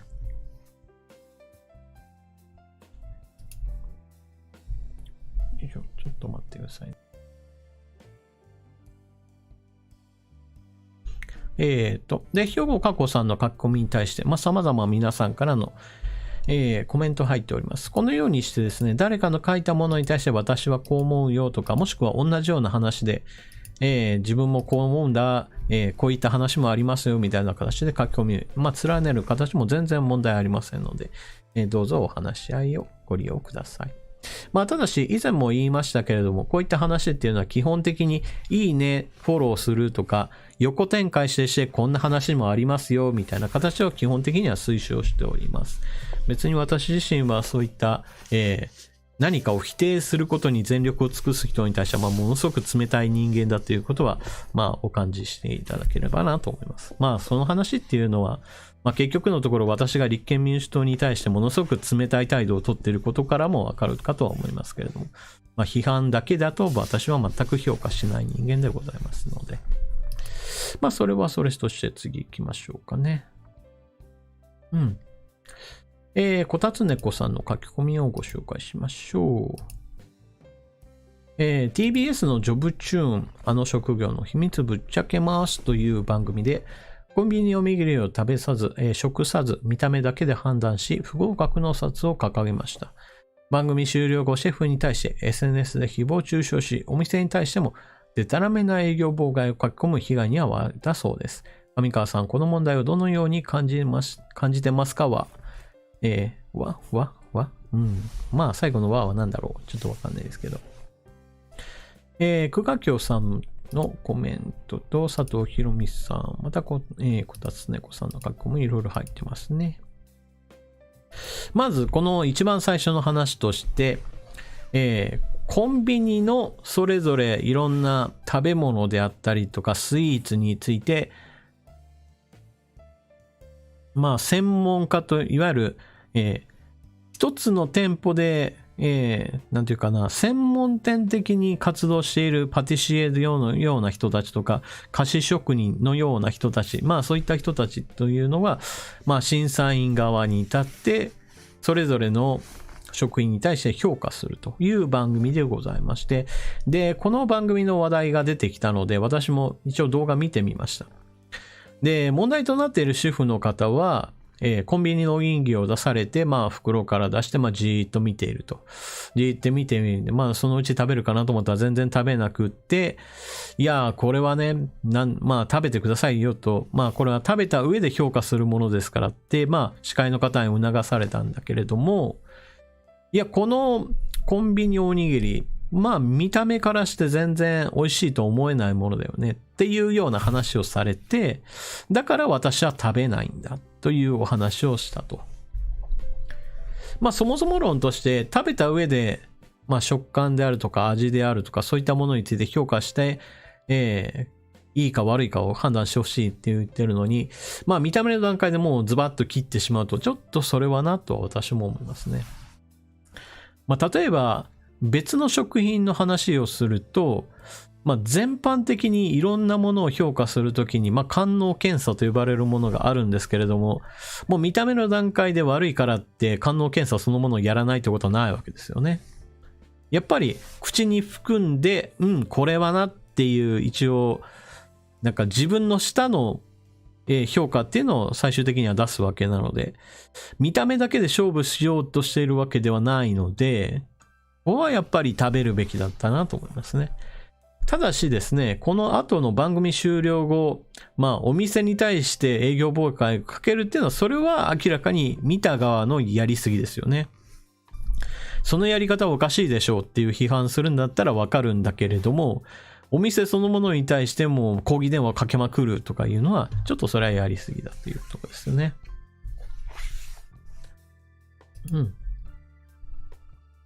ちっとな。エルメスマリンさん、このおにぎりめちゃくちゃそのおかげで売れてるよっていうことですよね。やっぱり食べてみたいっていうのもあるし、実際問題、この番組っていうのは、セブンイレブン、ローソン、ファミリーマート3社が、みんな揃ってそれぞれの商品を提供してみんなに評価してもらうっていう番組だったので、なんだかんだ言ってそれぞれの会社が出してきたっていう意味では、自信作のはずなんですよ。で、3社全部並んでる状態なので、いや、そんなに酷評されるほどまずいのってみんな思うわけですね。だから、興味関心を逆に呼ぶ的な、そういった効果もあったんだと思いますね。で、正直言ってコンビニのおにぎりに私はそんな、なんかもう超絶うまいわみたいなものを求めてはいないので、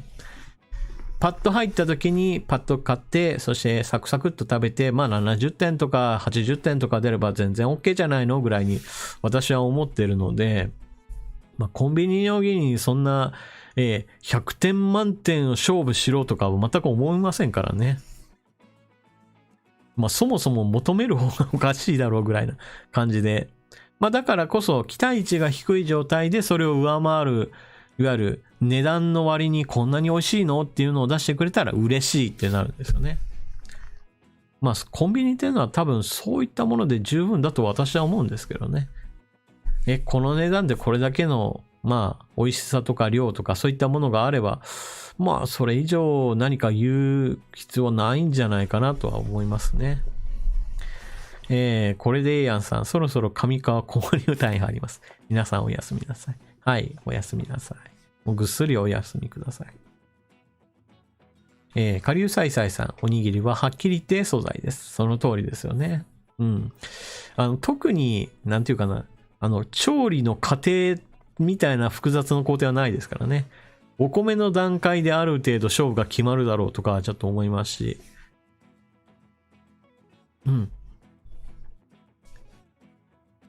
あかねゆきさん、おにぎりにシェフの舌がいるのかな？そうですよね。もちろん優劣を比べようってなった時には、おにぎりのシェフ、おにぎりにシェフの、味覚っていうのは、必要かもしれないんですけれども、一般人が食べるっていうことを考えると、そこまではなくてもいいでしょうとは私は思いますけどね。このあたりの話は、ある程度参考にどうぞっていうところですね、最終的には。結局のところ食べ物については好みっていう問題が非常に大きいので、ある人が美味しいって言っても、いや私はちょっとねっていうことは必ず起こりますからね。よいしょ。さて、キャットウェルカミングさんの書き込みをご紹介。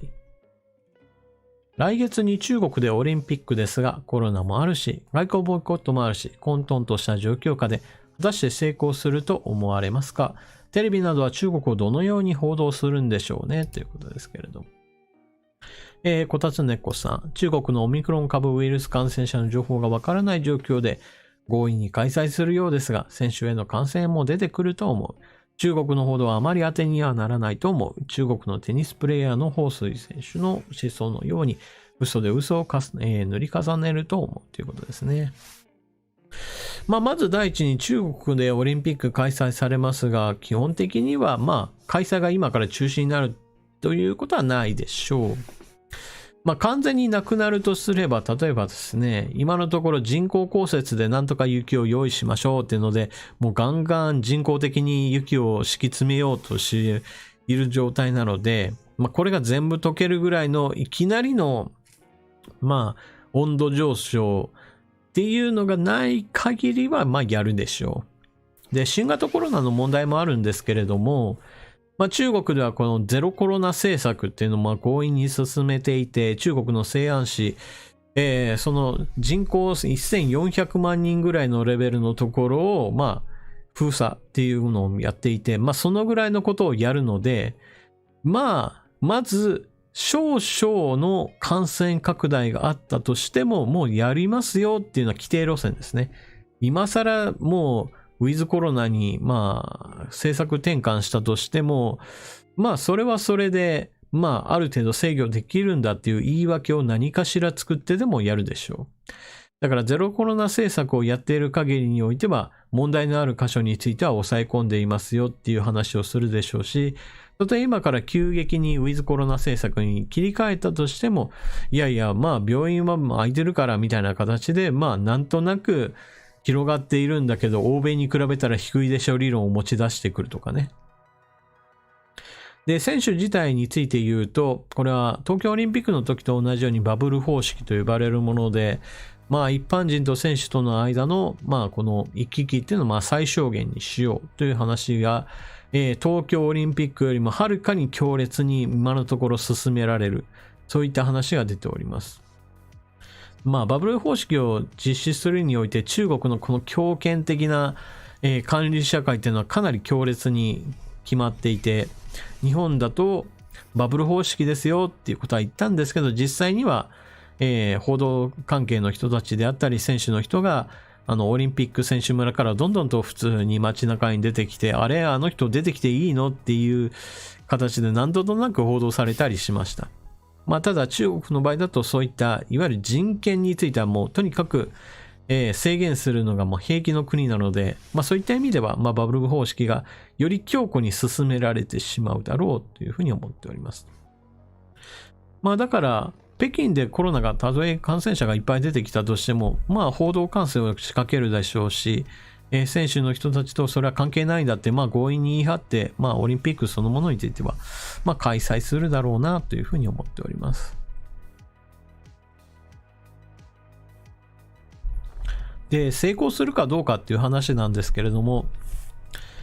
これについては結局のところ、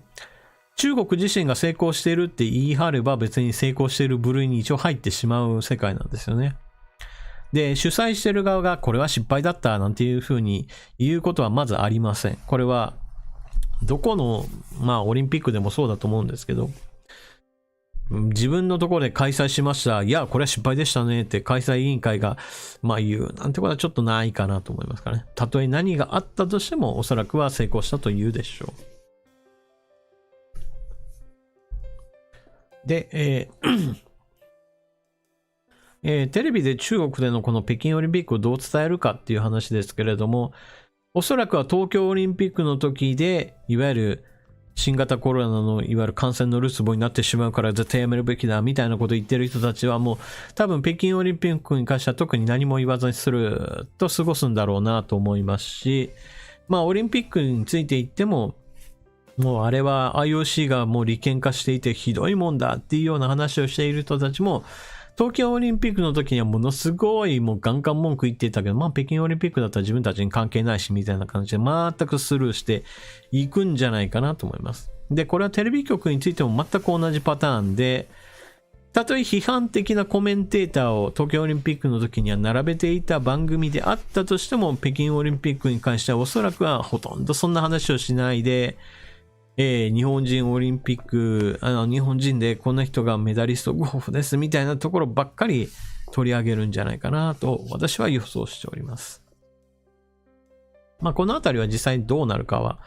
まあ蓋を開けてみなければわからないところですけれども、私の予想は当たるんじゃないかなと思いますね。東京オリンピックに対して批判的な言動をしていた人たちはもうしらーっと過ごすだろうし、報道の方にしても東京オリンピックに対してはとにかく疑問点がいっぱいありますよっていうのを報道していたところが、北京オリンピックに関してはもう全くスルーするんじゃないかな。そのぐらいのことはまあ起こり得るというふうに思っております。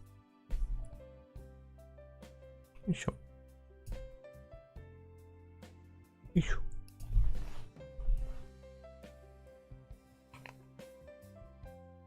うん。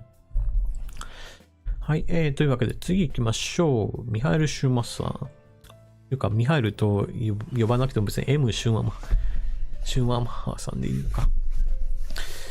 上川さんこんばんは。こんばんは。台湾有事本当に戦争になるんですか？その時日本はとても心配です。ということですね。書き込みありがとうございます。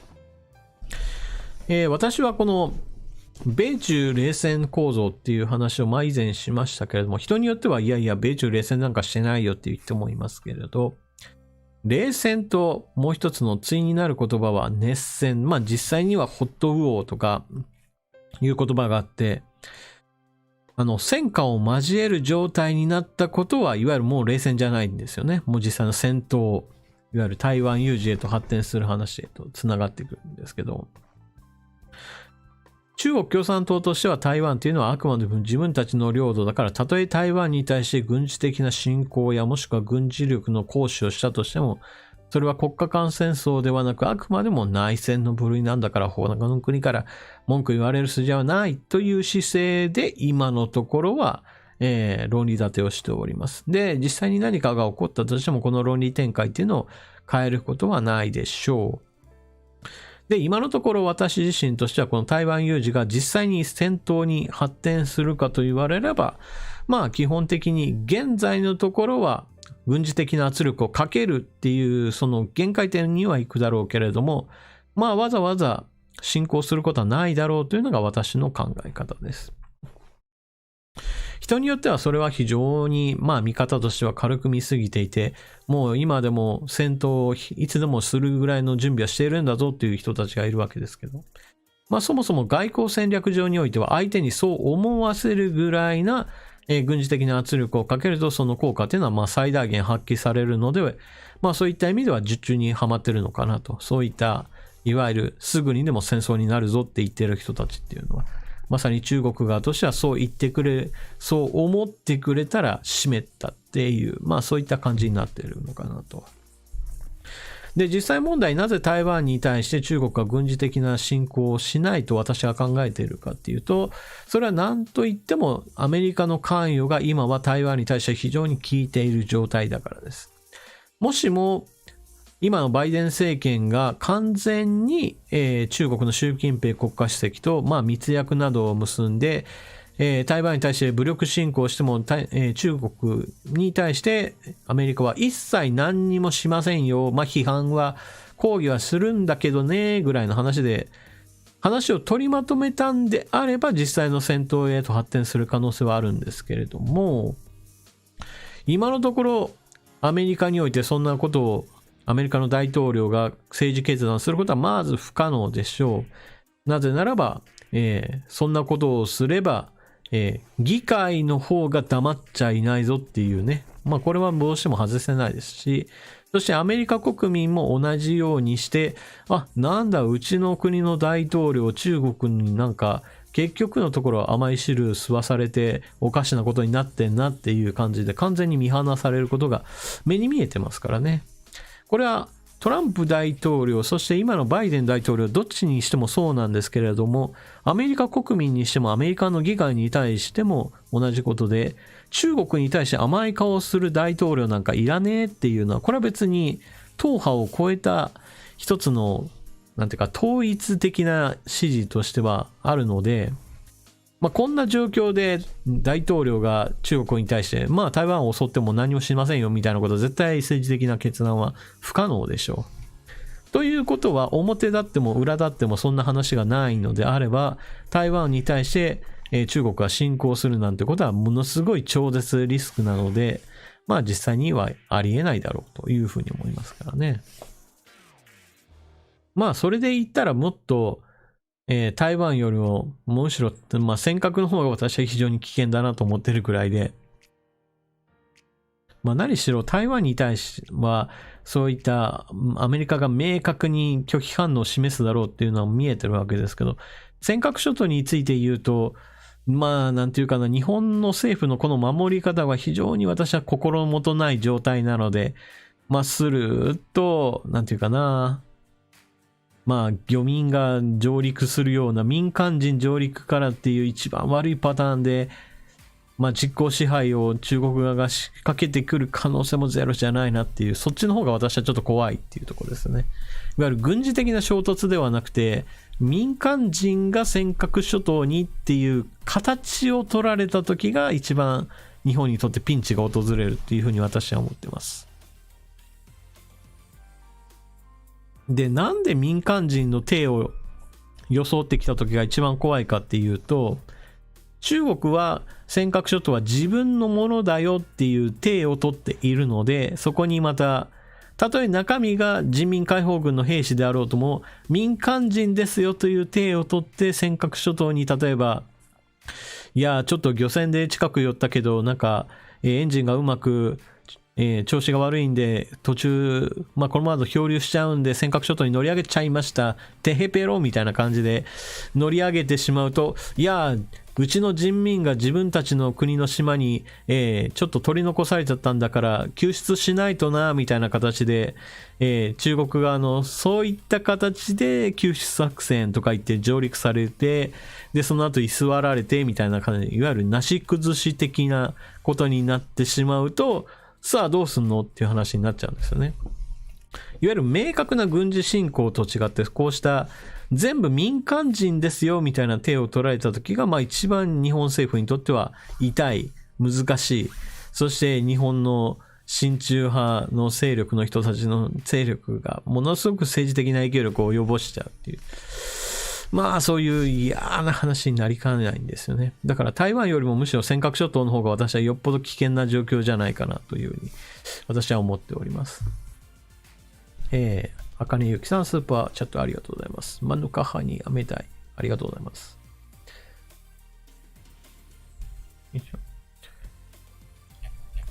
私が話しているときはスーパーチャットに全然気づかないこともあるので、その点はご了承ください。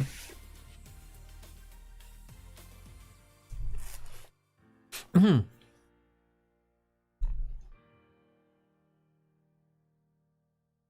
閣諸島についてはそのような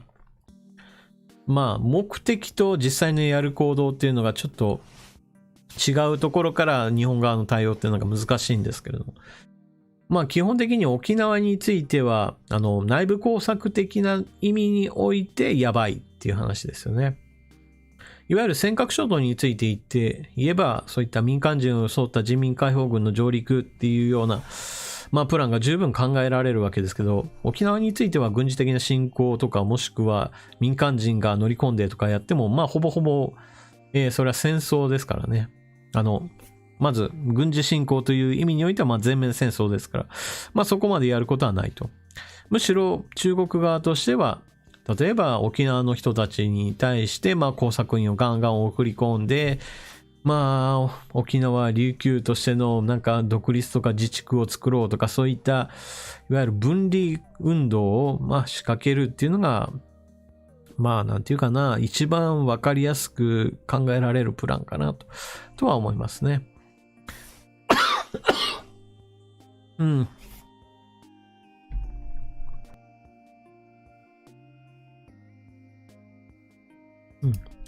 こうした分離独立運動っていうのは、実際のところその地元の人たちがそういった考えを支持するかしないかを関係なく、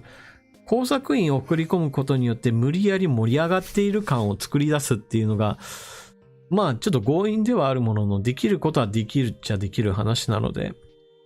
尖閣諸島と沖縄のその危険度というか、やり方っていうのはおそらく中国側も変えてくることだとは思いますね。というわけで、シューマハーさんの書き込みありがとうございます。では次行きましょう。佐藤ひろみさんの書き込みご紹介。かなり前に運動は体に悪いから一切してはいけない。喉がちょっと刺激が来てますな。宗の著書がバカ売れしたことがありましたが、言うまでもなく一時的な金儲け目当てで、運動することの重要性、運動が健康維持に非常に効果的であることは疑いの余地がないと思いますが、上川さんの運動に対するお考えをお聞かせください。私はあえてお金を払ってジムに通うことにより自分を追い込んでいますということですね。まず第一に運動を全くしない方がいいっていう、そういった理論を提唱している人もいます。これは何かっていうと、運動することによって人間の体っていうのは炎症をあちこちに生み出してしまうと。炎症を生み出すっていうことは、それは細胞を傷めることなんだから、運動なんかしない方がいいんだという理論ですね。で、実際のところ、結局何が一番大事かって言われると、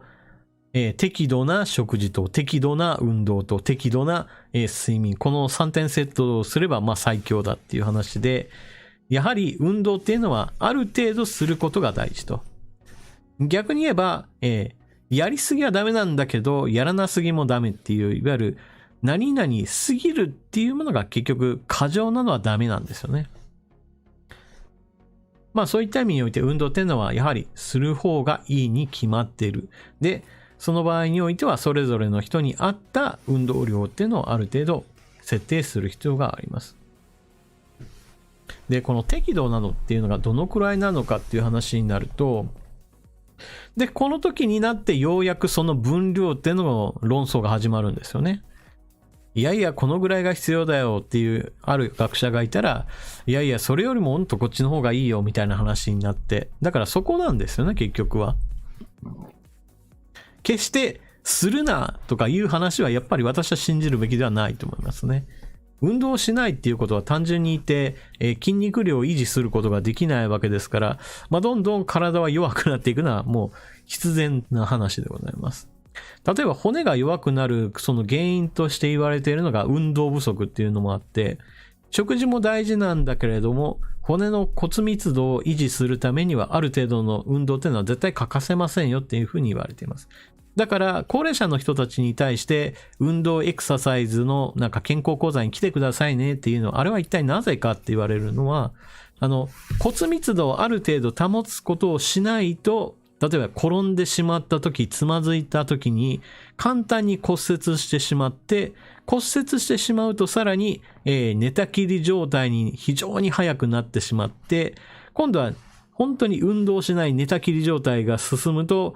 あっという間にボケてしまうであるとか、あっという間に健康寿命が短くなって、死期を早めてしまうっていうことがあるんですよね。だから最初にも出てきたように、運動は体に悪いから一切してはいけないっていう理論でいくと、本当にあっという間に寿命を縮めてしまいますよっていうのが私は現実だと思います。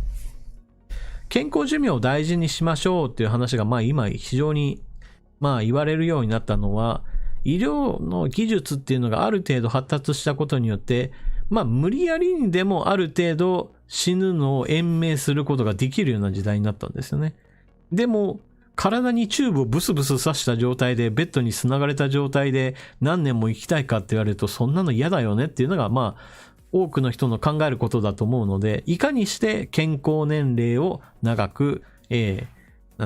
い具合に持っていくかっていうのが大事で、そして健康な状態である程度年を取ってある日、眠るようにというか、本当に夜昨日までは元気だったんだけど一晩眠って朝起こしに行ったら、亡くなってましたぐらいの感じが理想的、いわゆるピンピンコロリっていう呼ばれるものなんですけれど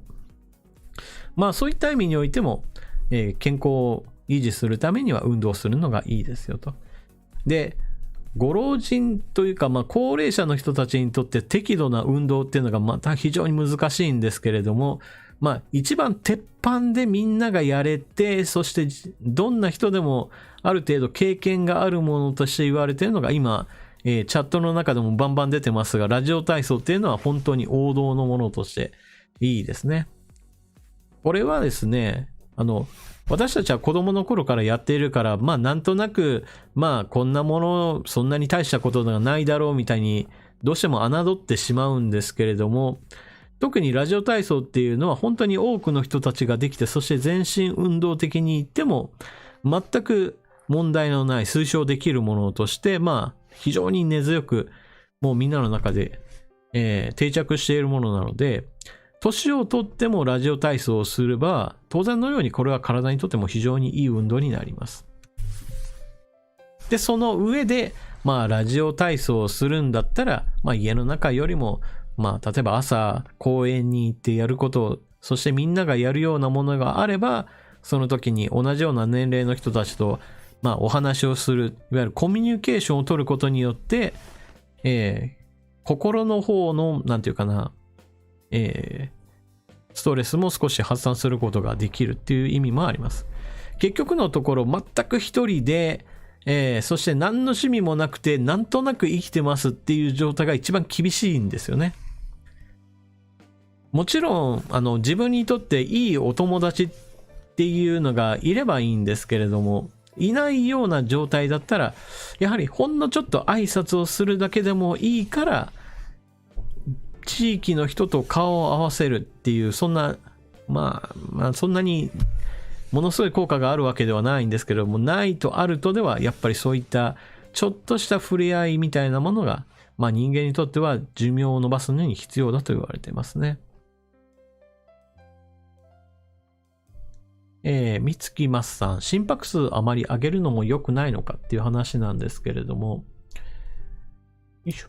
まあ、健康を維持するためっていうことを考えた場合において、年齢にもよるんですけれども、心拍数をめどに、健康を維持するためのトレーニングを取り入れるのも非常に重要なことで、全く何の心拍数も上がらない運動っていうのも確かにあるんですよ。まあ、例えば、まあ、ヨガとかもそうですけれども、ヨガをやりましょうってなった時に心拍数がガンガン上がって、もう心臓がドックンドックンドックンドックンなんていうことには基本的にはなりません。まあ、ただこの場合だと、心肺機能を、維持強化することを考えると、ちょっと不足してますよっていうのがあるんですよね。まあ、先ほども述べたようにラジオ体操がなぜいいかっていうと、まあ、それぞれの人の合った体力に応じて、まあ、飛んだり跳ねたりもするので、まあそういった意味でも心拍数が上がることは十分できるわけですよね。一方においてヨガなんかはどうしても心拍数が上がるっていうのがないので、まあ体の柔軟性やもしくは体を動かしているよっていうこの健康効果はあるんですけれども、まあ心肺機能に対しては少し足りないなと。だからそういった人の場合だと、まあちょっとした早歩きぐらいでいいのでウォーキングを取り入れましょうっていう、まあ組み合わせですよね。まあ全身運動っていうのもある程度入れるのは非常に大事なことですね。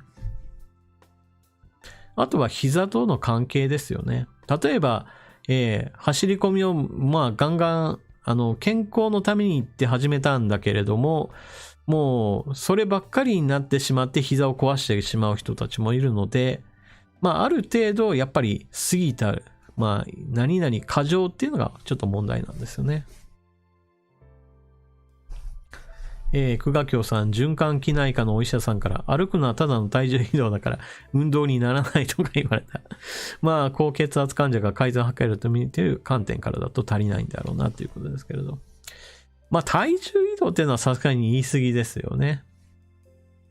まあ、歩く速度にもよりますよ。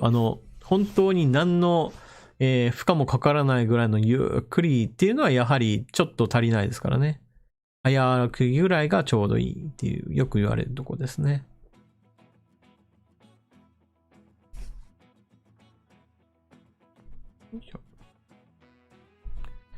はい。それでは、本日最後の書き込みご紹介をしましょう。自身または他者の予言の話題ということで、これはまた随分と意味深なっていう感じですよね。自分もしくは他者の予言の話題っていう意味で言うと、まあ、例えば、今年は誰々が何々しますでしょうっていう、まあ、他の人の話も、まあ、確かに予言はできるのかなとは思いますけど、まあ、これは結構難しい話で。まあ、どっちかっていうと、自分自身についての予言の方が、まあ、簡単かなとは思いますね。まあ、自分についての話で言うと、まあ、予言っていうのも変ですけれども、私のやってる活動っていうのは、まあ、ある意味、後世から見れば、あ、こういうの別に全然ありだなっていう意味で言えば、まあ、始まりのうちの一人のなんだとは思うんですけれども、特にインターネットを通して政治的な発言をして、それによってある程度の政治集団が生まれていく。まあ、こういった動きっていうのは年数が経っていけば、まあ、ある程度は、まあ、普通なんじゃないのって言われるようにいずれはなってくると思います。ただし今はそこまでは全然なっていなくって、ある程度政治的な関心が強い人たちだけが、そういう考え方をしているんだねっていう形で集まっている状態だと思います。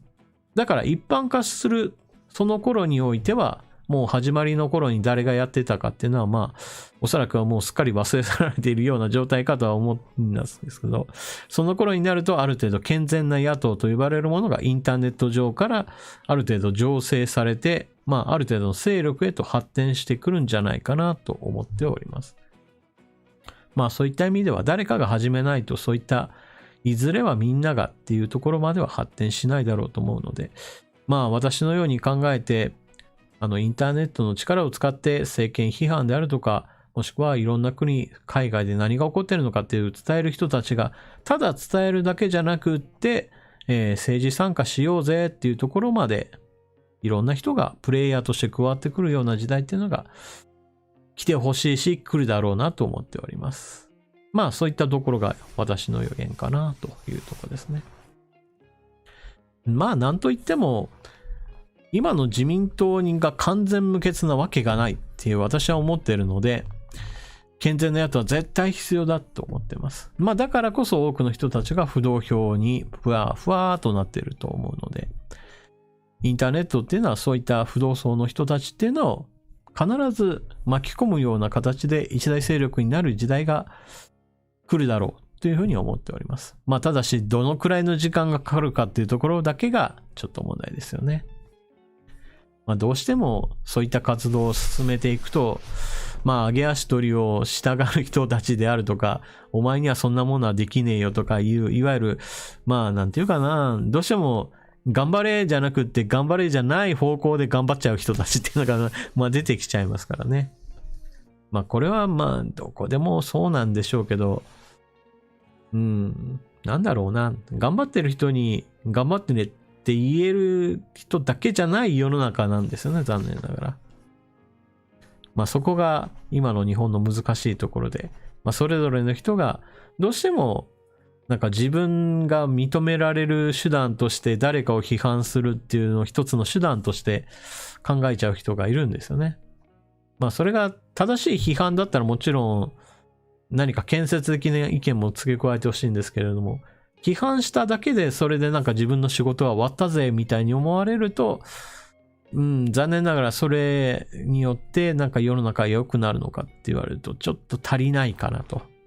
全く関心がない人よりも関心があるっていう意味ではいいんですけれども、もうちょっとやっぱり一歩踏み込んでほしいのはと思いますね。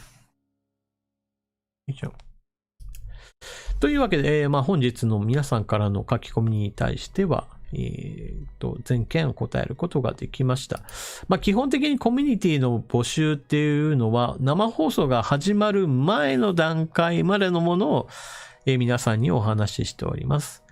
それと今日の書き込みの注意点として書いてあるんですけれども、これは生放送の話題募集っていうのはあくまでも生放送で話す内容をある程度みんなに方向性決めてもらおう的な意味があって、決して私が動画を作るためにみんなに話題決めてよって投げているわけではありません。何しろ動画だと私はもう一方的に喋るだけなので、皆さんからのチャットなんて存在しませんからね。動画は私の一方通行で、生放送については皆さんからの意見を見ながら、そしてチャットを見ながらっていうような、このある程度やり取りっていうのを前提にしておりますので、そこは使い分けというふうに思っていただければと思います。よいしょ。よいしょ。というわけで、本日2022年最初の生放送、ちょうど23時かなっていうところでこの辺りにしましょうかなというところですね。そうですね。ちょっと今日はかすれ声にはなっていて、ところどころ私が無言になったところは一旦マイクをプチって切って、その間ゴホゴホってやってっていう一応処理はしました。でも不意に喉がムズムズムズっときて、ゴホンゴホンってくることはちょっとあったんですよね。もう、そこはちょっとご了承ください。私としてはこうした動画で一方的に話すだけではやっぱりちょっと違うかなと思っていて、みんなはどう思ってるんだろうっっていうのはやっぱり気になるところありますからね。特に私としては気になるんだけど、他の人はいやいやそこじゃなくてもっとこっちの方が気になるでしょっていう、まあそういった何が関心があるかっていうのは人それぞれ結構違うものなので、私としてはそこまでと思うものがみんなにとってはものすごく気になったり、もしくはみんながものすごく気になるっていったものが私はなんか微妙に思ってたりっていうこともありますからね。このあたりがちょっとすり合わせするときに生放送は役立ってると思っております。上川さんの正当名が体育館裏の焼きそばパン党に決まってよかったです。いや、ほんとね。体育館裏の焼きそばパン党ね。私も焼きそばパン大好きなんですけどね。まあでもそれはないでしょう。ないでしょう。っていうところですね。まあでも正当名何にしようかなっていうのは、まあ本当悩みどころで、この何々の名前、タイトル付けっていうのは本当に難しいなと思っていて。まあ結局のところ難しくない方がいいし、でも難しくないってなると、まあひらがなにするとなんかちょっとなんか、まあ、かえってやっぱり漢字と比べるとひらがなにしてしまうとなんかもう正当名としては軽くなっちゃうなって思うし、とかね、まあいろいろ考えちゃう。もう本当に迷路に迷い込んじゃうんですよね、正当名っていうのは。まあ結局のところ、ものすごく単純な言葉に落ち着くかなとは一応は思ってるんですけどね。深澤秀樹さん、ネットなんかもう、ネットパワフル野球とかなんかそんな声にちょっと続きそうですよね。カリュウサイサイさん、カオルさんの声が好きです。ありがとうございます。もう私の声だけでも、まあ、ぐっすりと眠る方がおられれば、それはもう全然 OK でございますので。さて、というわけで本日はこの辺りでお開きといたしましょう。2022年最初の生放送、皆さん楽しんでいただけたでしょうか。まあ特に政治的な話題っていう非常に楽しみにくい話題で生放送を送っておりますが、そんな中においても皆さんが、あ、そうだよねとか、いろんな人たちの意見を聞くっていう、まあそういった場面として、まあこの生放送をご利用いただければ、まあ幸いでございます。というわけで生放送のあとは動画という風にして、また来週土曜日同じ時間、21時から生放送っていう具合にして定期的に行っていく予定になっております。まあただしですね、まあ喉の調子は本調子ではないっていうこともあって、まあ動画の時にガラガラだなとかかすれてるなっていうのはちょっとあるかもしれません。まあその点はご容赦ください。というわけで本日は最後までご視聴いただきありがとうございました。それでは本日ここまでといたします。皆さんおやすみなさい。そしてまたね。